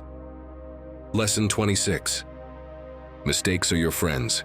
Let me tell you the story of a military genius who lived centuries ago. A brilliant strategist, a leader who changed history. But before he conquered Europe, he lost key battles, made costly mistakes, and stood on the brink of collapse. Overconfident in his victories, he underestimated his enemies time and time again. His army, the most powerful of its time, was nearly destroyed. His allies abandoned him. His enemies surrounded him, and what seemed like an indestructible empire crumbled before his eyes. Anyone else would have surrendered. But instead, he learned from his mistakes, rebuilt his army, and in less than 2 years, he was back to challenge Europe once again. Do you know who I'm talking about? That's right, Napoleon Bonaparte. Even he failed, made miscalculations, and fell. And yet, we remember him as a military genius. So why do you still believe that mistakes are the end? Why are you so afraid of being wrong? It is not because things are difficult that we do not dare, but because we do not dare that they are difficult. Seneca. Think about something that's happened to you. Maybe you forgot an important detail in a meeting, sent the wrong message, missed an opportunity because of a small mistake. What did you do afterward? Most people get stuck in regret. How could I be so stupid? I shouldn't have done that. Everything is ruined. But tell me, what's the point of all that drama? The mistake already happened. Regret doesn't change a thing. The Stoics taught that mistakes aren't the problem. The problem is how we respond to them. Marcus Aurelius, who ruled during times of crisis, understood this well. Every failure, every obstacle was an opportunity to improve. In his personal writings, he wrote, "The impediment to action advances action. What stands in the way becomes the way." Mistakes don't stop you, they teach you. Think about this. A donkey fell into a deep well. Desperate, it brayed loudly while the villagers tried to find a solution. But when they realized they couldn't pull it out, they made a harsh decision. They would bury it right there. They grabbed shovels and started tossing dirt into the well. But instead of giving up, the donkey shook the dirt off its back and stepped up. With each shovel of dirt, it shook it off and climbed higher. Until finally, it used what was meant to bury it to climb out of the well. Mistakes work the same way. You can let them bury you, or you can shake them off and use them to rise. No one achieves anything great without having failed first. Elite athletes have lost more times than they've won. Successful entrepreneurs have gone broke more than once. The greatest artists have discarded more works than they've ever shown. So, my friend, if you want to achieve the impossible, you must accept that stumbling is part of the journey. As Epictetus said, "Do not worry if you stumble. Worry only if you learn nothing from the fall." Let me give you 3 foolproof tricks to stop seeing mistakes as enemies. First, change your inner dialogue. Don't think, "I'm a failure." Instead, think, "This is a lesson." Second, respond. Don't react. Instead of dwelling on it, ask yourself, "How can I fix this?" And third, accept that failure is part of success. If you never fail, it means you never tried anything truly challenging. My friend, success isn't about never making mistakes. It's about learning everything you can from every stumble. The people who win aren't the ones who never fall. They're the ones who use each mistake as a stepping stone to something greater. Lesson 27. Don't win at any cost. Let me tell you a story that sounds like something out of a movie. A man who had it all. Global fame, million-dollar contracts, magazine covers, charity foundations, even a second chance at life. He survived a disease that crushes many and came back stronger, faster, more determined. He stood on podiums again and again. People called him a legend, a warrior, a role model. Everyone wanted to be like him. But there was something the crowd couldn't see, a secret, a decision he made years ago that slowly pulled him away from who he really was. And when the truth came out, it all collapsed. The titles disappeared, the contracts were torn up. The applause turned into accusations. His name? Lance Armstrong. A man who won, but at a price so high he ended up losing everything. But this isn't about cycling. It's about you. About all of us. Because sometimes you win, and something inside you breaks. You cheat on a test. You pass, sure. But afterward, there's no pride. You justify it. Everyone does it. Just this once. No one will know. But deep down, something feels off. So what now? Who are you when no one's watching? Because you can lie to the world, but not to your conscience. The Stoics understood this deeply. Take Cato the Younger, a Roman politician known for having unshakable integrity. He could have climbed higher, gained more power, made more allies. But every time a choice went against his values, he said no. He lost votes, he lost opportunities, but he never lost himself. People said of him, he was the only man who never bargained with his conscience. His life wasn't easy, but no one owned him. And his mind, my friend, was made of iron. Because when you don't betray yourself, you don't break. And no, this isn't just ancient philosophy in a toga. Science has caught up. Dan Ariely, a leading behavioral economist, spent years studying what happens when we go against our values. And you know what he found? That even when no one sees us, something inside us feels it. Lying on a survey, cheating a little in a game, padding your resume, they seem harmless, right? But they're not. Ariely explains in his book The Honest Truth About Dishonesty that these little betrayals stack up. Even if nobody else notices, you notice. You can't help it. Something cracks inside. You lose trust in yourself. You drift further from who you want to be. And the worst part? You don't need anyone else to judge you. You're already doing it yourself. Because at the end of the day, you can delete the history, erase the message, but you can't silence that little voice inside that says that wasn't right. And if you ignore that voice for too long, it starts to weaken you from within. So if you want to walk through life with your head held high, start here. First, define your non-negotiables. What values will you never break, no matter what? Write them down. Get clear on them. Would you say yes to a partnership that doesn't align with you just for the money? Would you hide a mistake from your team just to save face? Would you laugh at a joke that makes you uncomfortable just to fit in? Your non-negotiables are your compass. When the world shakes around you, they keep you steady. Also, when facing a tough decision, ask yourself, could I tell this to someone I admire without feeling ashamed? If the answer is no, it might not be the right move. But if you've already crossed a line, if you've betrayed something inside you, admit it. Not to carry guilt forever, but to come back to yourself. There's no integrity without self-forgiveness, and there's no forgiveness without honesty. Because in the end, my friend, you're not just building a career, a business, or a reputation. You're building you. And every choice, even the smallest, either strengthens or weakens your mind. You might gain money, applause, or attention, but if you crack inside in the process, what's the point? The strongest mind isn't the one that never stumbles. It's the one that stays true to what it believes, even when everything around it pulls in another direction. Training your mind means this too, holding on to your values in the middle of the storm. Because true success isn't beating others. It's not betraying yourself along the way. Lesson 28. What you do today determines who you'll become tomorrow. This is the point that changes everything, the one that separates dreamers from achievers, the ultimate key to accomplishing the impossible.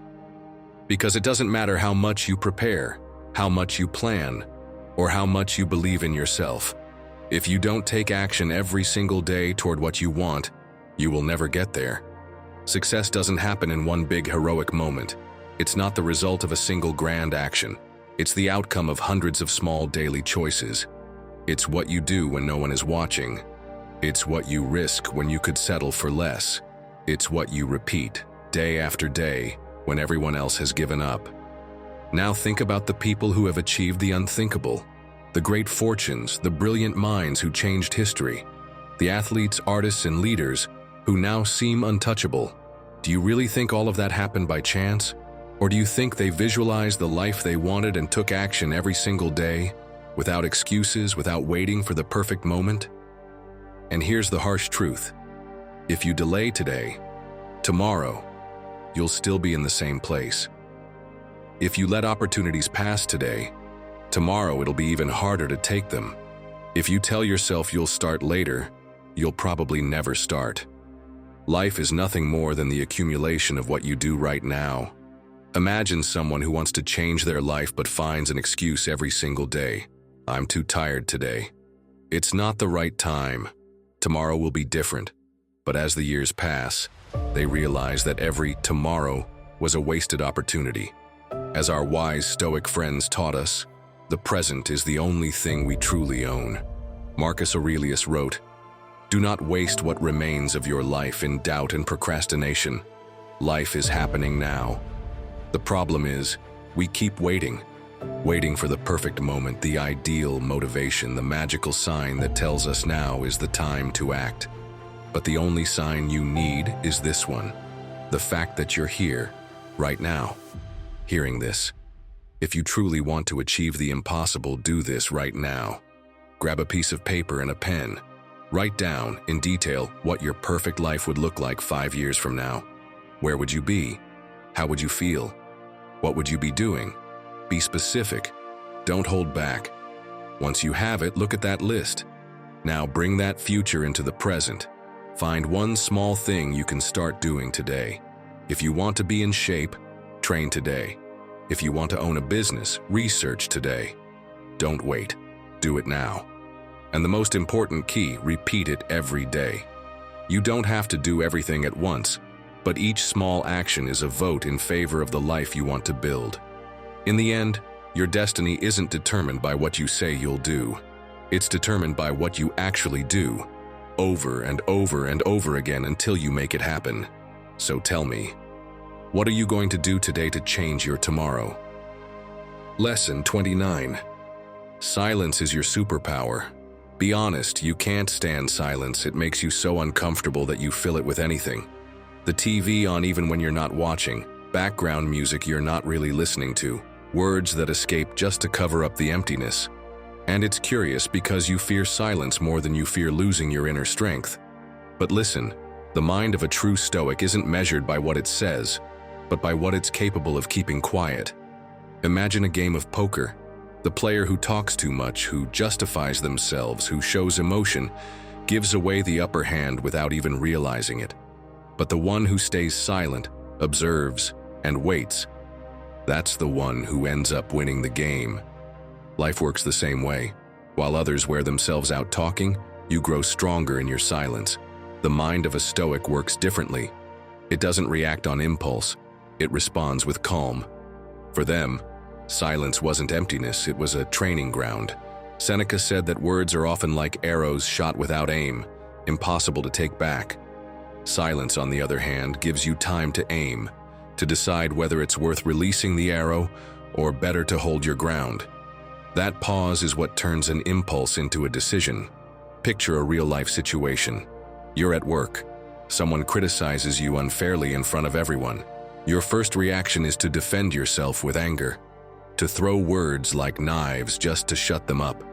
But if you wait just a few seconds, if you breathe and stay silent, something powerful happens. The power shifts. The other person is left exposed in their aggression, while you keep your dignity intact. That's what a strong mind does.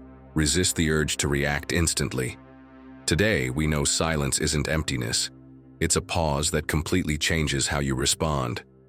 In moments of conflict, those who take a beat before speaking don't just reduce the tension, they also earn more respect. Silence isn't absence. It's strategy. It's like chess. Great players don't rush to move their pieces. They take their time, they think several moves ahead, and each pause is part of the win. Think of Mandela. He spent 27 years in prison, surrounded by injustice and hatred. Could he have screamed, cursed, and lost his temper every day? Of course. But he chose silence as his weapon. He listened more than he spoke, reflected before responding, and that self-control gave him a moral authority that even his enemies couldn't break. He himself said that a true leader isn't always the one who speaks the most, but the one who knows how to listen and when it's worth speaking at all. My friend, if you truly want to build a mind so strong that nothing can hurt you, you need to make peace with silence. This isn't about enduring humiliation or keeping quiet about what needs to be said. It's about mastering yourself, not giving away your peace for a reaction you'll regret. Start with something simple. The next time someone tries to provoke you, hold a few seconds of silence, not as a passive gesture, but as a space to choose your best response. Breathe, observe, and ask yourself, does this deserve my energy, or does it just feed the conflict? Many times you'll realize that staying quiet is more powerful than anything you could say. Another way to train this habit is to practice silence with yourself. Set aside a few minutes a day without background noise. No phone, no TV, no music. Just sit alone with your thoughts. At first it'll feel uncomfortable, almost unbearable. But with time, you'll see that in that empty space, you begin to hear what really matters. Your mind, your emotions, your direction. Silence isn't cowardice, it's power. It's the shield against impulsiveness and the weapon of those who decide with calm. When you learn to stay silent, you stop being a slave to your reactions and become the master of your choices. Let me leave you with these words from Zeno of Citium. Better to stumble with your feet than with your tongue, because in the end, a fall may hurt, but the wrong words can leave scars that go much deeper. Now, I want to hear from you. In what situations do you feel like you talk more than you should? Tell me in the comments. I want to read your story. And if you'd rather go straight to the point, write this phrase: today I choose the silence that makes me strong. That way I'll know you're one of those who are ready to build a mind so solid that nothing and no one can ever hurt you again. Lesson 30. If you don't take risks, don't expect great achievements. We all admire people who accomplish the impossible. We see them succeed and think they were destined for it, that they were lucky, that somehow it was meant to be. But there's something most people ignore. Those individuals didn't get there by playing it safe. They got there because they took risks, while everyone else was too afraid to take the leap. Do you know what people regret the most in old age? It's not the things they tried and failed at. It's the things they never had the courage to do. Studies on regret in old age have shown that what weighs heaviest are the missed opportunities, the chances never taken out of fear of failing. Do you get it? It's not your failures that will haunt you. It's the person you never asked out, the business you never started, the trip you were too scared to take. Jeff Bezos put it best when he said, "It's human nature to overestimate risk and underestimate opportunity." And Bezos knows a thing or two about taking risks. After all, he built the largest logistics empire on the planet. Look at the trees around you. Some are tall and lush, full of leaves, strong against any storm. Others are small, frail, barely holding on. Do you know the difference? The strong trees reached for more light, absorbed more water, expanded, took the risk to grow. The weak ones stayed in the shadows, without light, without space, without pushing further. That's exactly what happens to those who never take risks. It's not that they're less capable, it's that they never dare to try. Now tell me, are you the tree that expands, or the one that settles for what's within reach? Seneca made the meaning of risk-taking clear. It's not because things are difficult that we don't dare. It's because we don't dare that they are difficult. The fear of risk paralyzes us. It makes us imagine every possible way something could go wrong. But the truth is, everything worthwhile lies beyond that fear. And what about Marcus Aurelius? Do you think he was afraid of taking risks? If he had been, no one would be talking about him centuries later. As emperor, he had to make decisions that determined the fate of Rome. If he had chosen the safe path, if he had cowered in the face of risk, his empire would have crumbled. But in his personal writings, he left behind the mindset that guided him through his hardest moments. A man's life is what his thoughts make of it. If you think with fear, you will live with fear. If you think with greatness, you will live with greatness. But no, I'm not telling you to be reckless. I'm simply asking you to stop hiding behind what's comfortable, to push yourself just a little bit more every day. Here's how. Start making decisions without waiting for absolute certainty. Speak up in that meeting where you usually stay silent. Share an idea. Try something new this weekend, even if it's just changing your usual coffee shop. Small, controlled risks train you for bigger challenges. Do something uncomfortable every single day. Fear weakens when you face it. If you take one small step outside your comfort zone daily, you'll be shocked at how far you can go. So tell me, how many times have you let an opportunity slip away because it seemed too risky? How many times have you envied someone who had the courage to do what you didn't? How many times have you said someday, when deep down, you knew that day would never come unless you acted now? Success, my friend, is the enemy of fear. It doesn't belong to those who wait. It belongs to those who dare. Because if you don't take risks, you've already lost before you even begin. Achieving the impossible isn't about talent, luck, or circumstances. It's about taking action, persisting, and believing in yourself, even when no one else does. Every single day is an opportunity to get closer to the life you truly want, and to prove to yourself that you are capable of far more than you think. If you've made it this far, write in the comments, "Today, I achieved the impossible." Reaching the end of this video is no accident. It means something in you wants to grow, and that already sets you apart from most. Subscribe and share this video with someone who needs it. That simple gesture helps us keep spreading this message of growth. On screen, you'll find a playlist to go even deeper. Click and let's keep learning together.